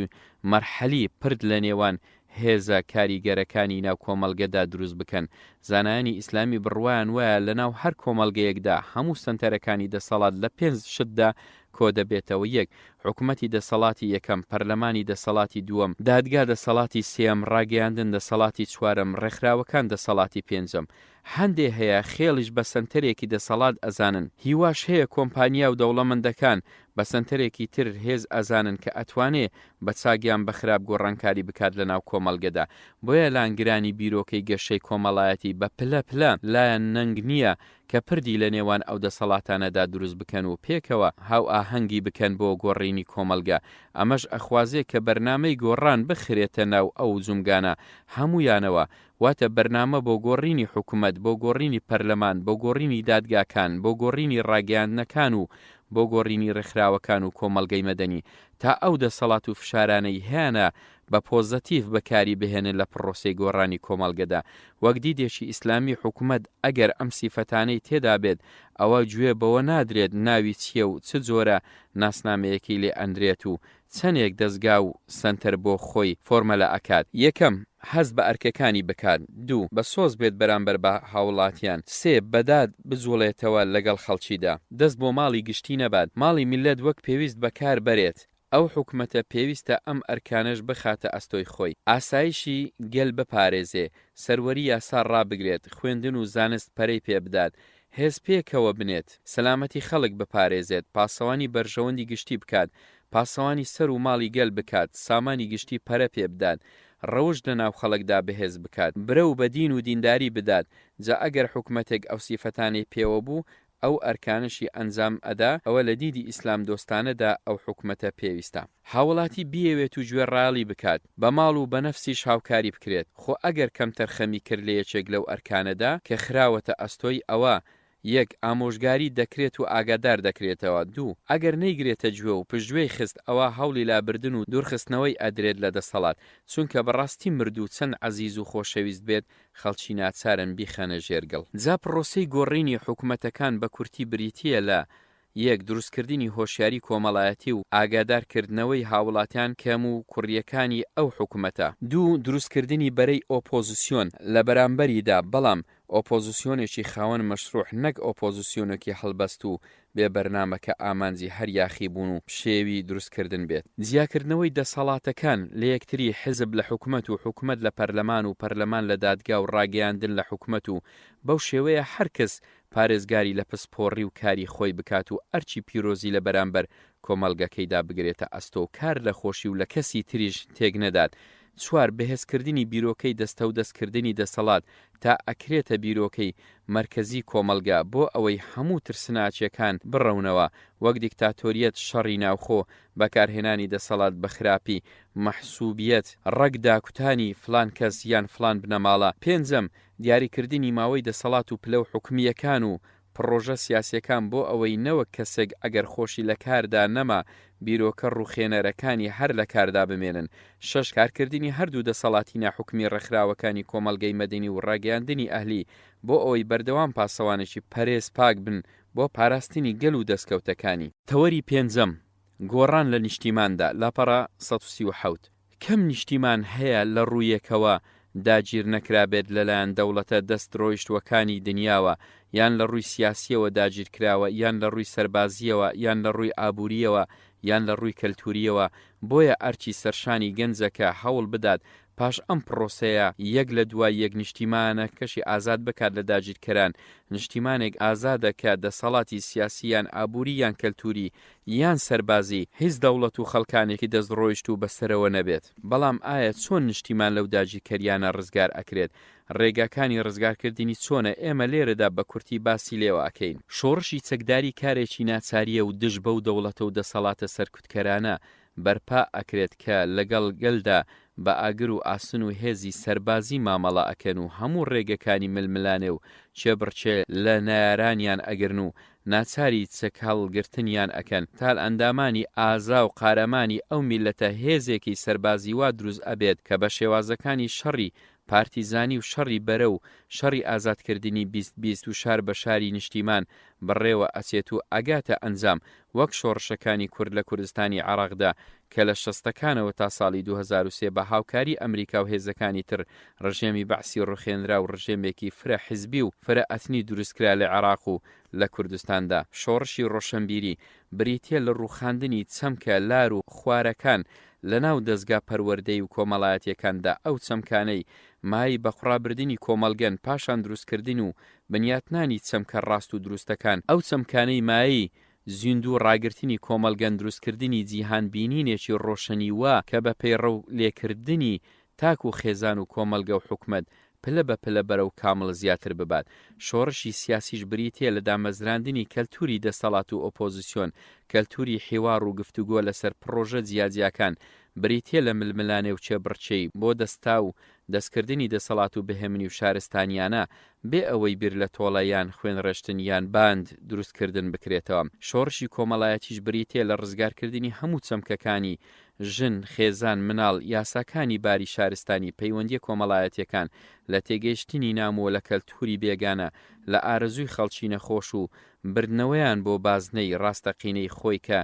داد باڵ بەچێشێ بەسەریدا نەک ئارەزووی پەرستی شۆڕشی هەمەلایەنە بەوە دەبێت کە نیشتیمان و گەل لە دەست هەموو ئەو هێزە داگیرکەرانە ڕزگار بکەن بە دروستکردنی تاچێکی تەندروستی وە خێزانێکی بە ئامانجەوە کۆمەڵگەیەکی کار و حکومەتێکی بەرچاو ڕوشن. گەنجان ئەتوانن ئەمانە بە ئاوات و خەونی ئێستا و ڕاستێکی داهاتوو بزانن. سەد ڕەحمەت لەو پێشەوە موسڵمانەی کە ڕووی دەمی کردە گەنجان و پەیامێکی تایبەتی پێدان و لە بڕگەیەکدا فەرمووی ئەی گەنجان ئێوە هەرگیز لە خەڵکانی پێشخۆتان کەمتر نین. ئەو خەڵکانەی کە خوا لەسەر دەستی ئەواندا ئەم بەرنامە پیرۆزەی سەرخست لەبەر ئەوە هەرگیز نەسام بتانگرێ و نەخۆشتان لاوە سیر بکەن. با بەردەوام ئەم ئاەتە قورئانی پەروەردگار بە بەرچاوتانەوە بێت و بڕوات کە ئەفەرمێت الذين قال لهم الناس إن الناس قد جمعوا لكم فاخشوهم فزادهم إيمانا وقالوا حسبنا الله ونعم الوكيل. ئەوانەی کە خەڵکی پێیان وتن ئاگاتان لەوە هەیە کە هەموو خەڵک کۆبوونەتەوە بۆتان گەلە کۆمەیان لێ کردوون و ئەیانەوێت لە بن و بێختان بهێنن دەئیتر بترسن واز بهێنن کەچی ئەوە بووە مای ئەوەی کە زیاتر بڕوایان پتەو بێت و بڵێن ئێمە خوامان بەسە و هەرخواش باشترین بریکارە بۆمان. ئێمە دەست بە پەروەردەکردنی خۆمان ئەکەین تا ئەو پیاوە مسلمانە لە خۆمان دروست ئەکەین کە پێویستە دروست ببێت، پاشان خێزانەکانیشمان پەروەردە ئەکەین تا ئەو خێزانە مسلمانەی لێ دروست ئەبێت کە ئەبێت ببێت پاش ئەوەش کۆمەڵگە گەلەکەمان پەروەردەی ئەکەین تا ئەیکەینە ئەو گەلە مسلمانەی پێویستە ببێت ئەو کاتە لە ناو جەرگەی ئەو گەلە مسلمانەوە ئەکەوینە ڕێو کاروانی گۆڕان هەنگاو ئەزوڵێن تا ئەگەینە کۆتایی کارەکە و ئەدەین لەو ئامانجەی کە خوا بۆی دیاری کردوین نەک خۆمان دیاریمان کردبێت بە پشتیوانی خوا و بە مۆڵەتی خوا هەر ئەشگەین خوش بڕیاری داوە کە ئەم نور و ڕۆشنایی خۆی گەشت ئەکاتەوە بە خەڵکی بێباوەڕیش حەزیان لە شتیوانە بێت. قسەی کۆتایی لاپەڕە 142 هەموو کەس بڕوای وایە کە ئەگەر گەنج ئیرادەی گۆڕان بکات ئەوە هەموو شتەکانی چوار دەوریشی ئەگۆڕێن، خۆی ئەگۆڕێت، خێزانەکەی ئەگۆڕێت، ژینگەکەی ئەگۆڕێت، کۆمەڵگەکەی ئەگۆڕێت، حکومەتەکەی ئەگۆڕێت. چێژ بڕوای وانە بووە تا ئێستا ئەوە هەموو ئەو گۆڕانە گەورانە لە تونس و میسر و لیبیا و یەمەن و سووریا ڕوویاندا. ئەو قەناعەتەی ئەگەر بۆ نەسری بینەوە ئەوە بێگومان لەقی کردووە مەگەر ئەو کەسە بڕیاری دابێت کە هیچ نەسەلمێنێت، مەگەر ئەو ئیرادەی سەرەتایی نەبووە لە ناو گەنجاندا کە حکومەتی هەرێمی هێنایە حەشۆکە و بە هەموو بڕیار و کەس و دەستگاکانی داچوویەوە لە بڕی قسە دەستیاندایە کردار چونکە تێگەیشتن کە کردار شەرتە کەواتە نابێت نەگەنج خۆی بەکەم بزانێ و نەخەڵکیش بەکەمیان بزانن. خۆشبەختی بۆ ئەو کەسە و لایەن و میلەتانەی کە گەنجیان بۆ خۆیان و ڕەنجیان سێبەری سەریانە. خۆزگە منیش بنووسی ئەم کتێبە ئێستا گەنجێکی 20 ساڵە ئەبووم و لەگەڵ گەنجانی وڵاتەکەمدا سەرمان ئەکرد بەیەکدا و بەیەک نەخشەی تۆکمەوە بڕیارێکی دروستمان ئەدا بۆ گۆڕان. خوایە ئەم نووسینەم لێ وەربگرە لە سەرەتا و لە کۆتاییدا و بەکەڵکیشی بکە بۆ بەرەی گەنجانی میلەتەکەم. ئیکرام کەریم، جومعە 10/6/2011. والسلام عليكم ورحمة الله وبركاته.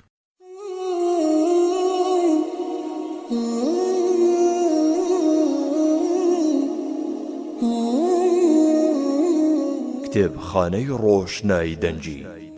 یەکەمین کتێبخانەی دەنجی ئاینی بە زمانی شیرینی کوردی. کتێبخانەی دەنجی ئاینی بە زمانی شیرینی کوردی. کتێبخانەی ڕۆشنایی دەنجی تیشکێک بۆ مێژوو، سەرنجێک بۆ ئەمڕۆ، ژیریەک بۆ داهاتوو. کتێبخانەی ڕۆشنایی دەنجی ڕۆشناییەک لە پەڕاوە ڕاستیەکان بەرەو دڵە شەکەت و ماندووەکان. ڕۆشنایی دەنجی زەنجێک بۆ بێداری، خۆراکێک بۆ مێشک. ڕۆشنایی دەنجی بۆ گەاندنی ڕەخنە و پێشنیارەکانتان بۆ دەستکەوتنی کتێبەکانی کتێبخانەی ڕۆشنایی دەنجی پەیوەندی بکەن بە ژمارە تەلەفۆنەکانی کۆڕک 075 442 0872 زین 0 782 442 0872 بەڕێوەبەری کتێبخانەی ڕۆشنایی دەنجی هاوکار محەممەد. ڕۆشنایی دەنجی 35/2017 بەرامبەر بە 4 ڕەمەضانی 1438 کۆچی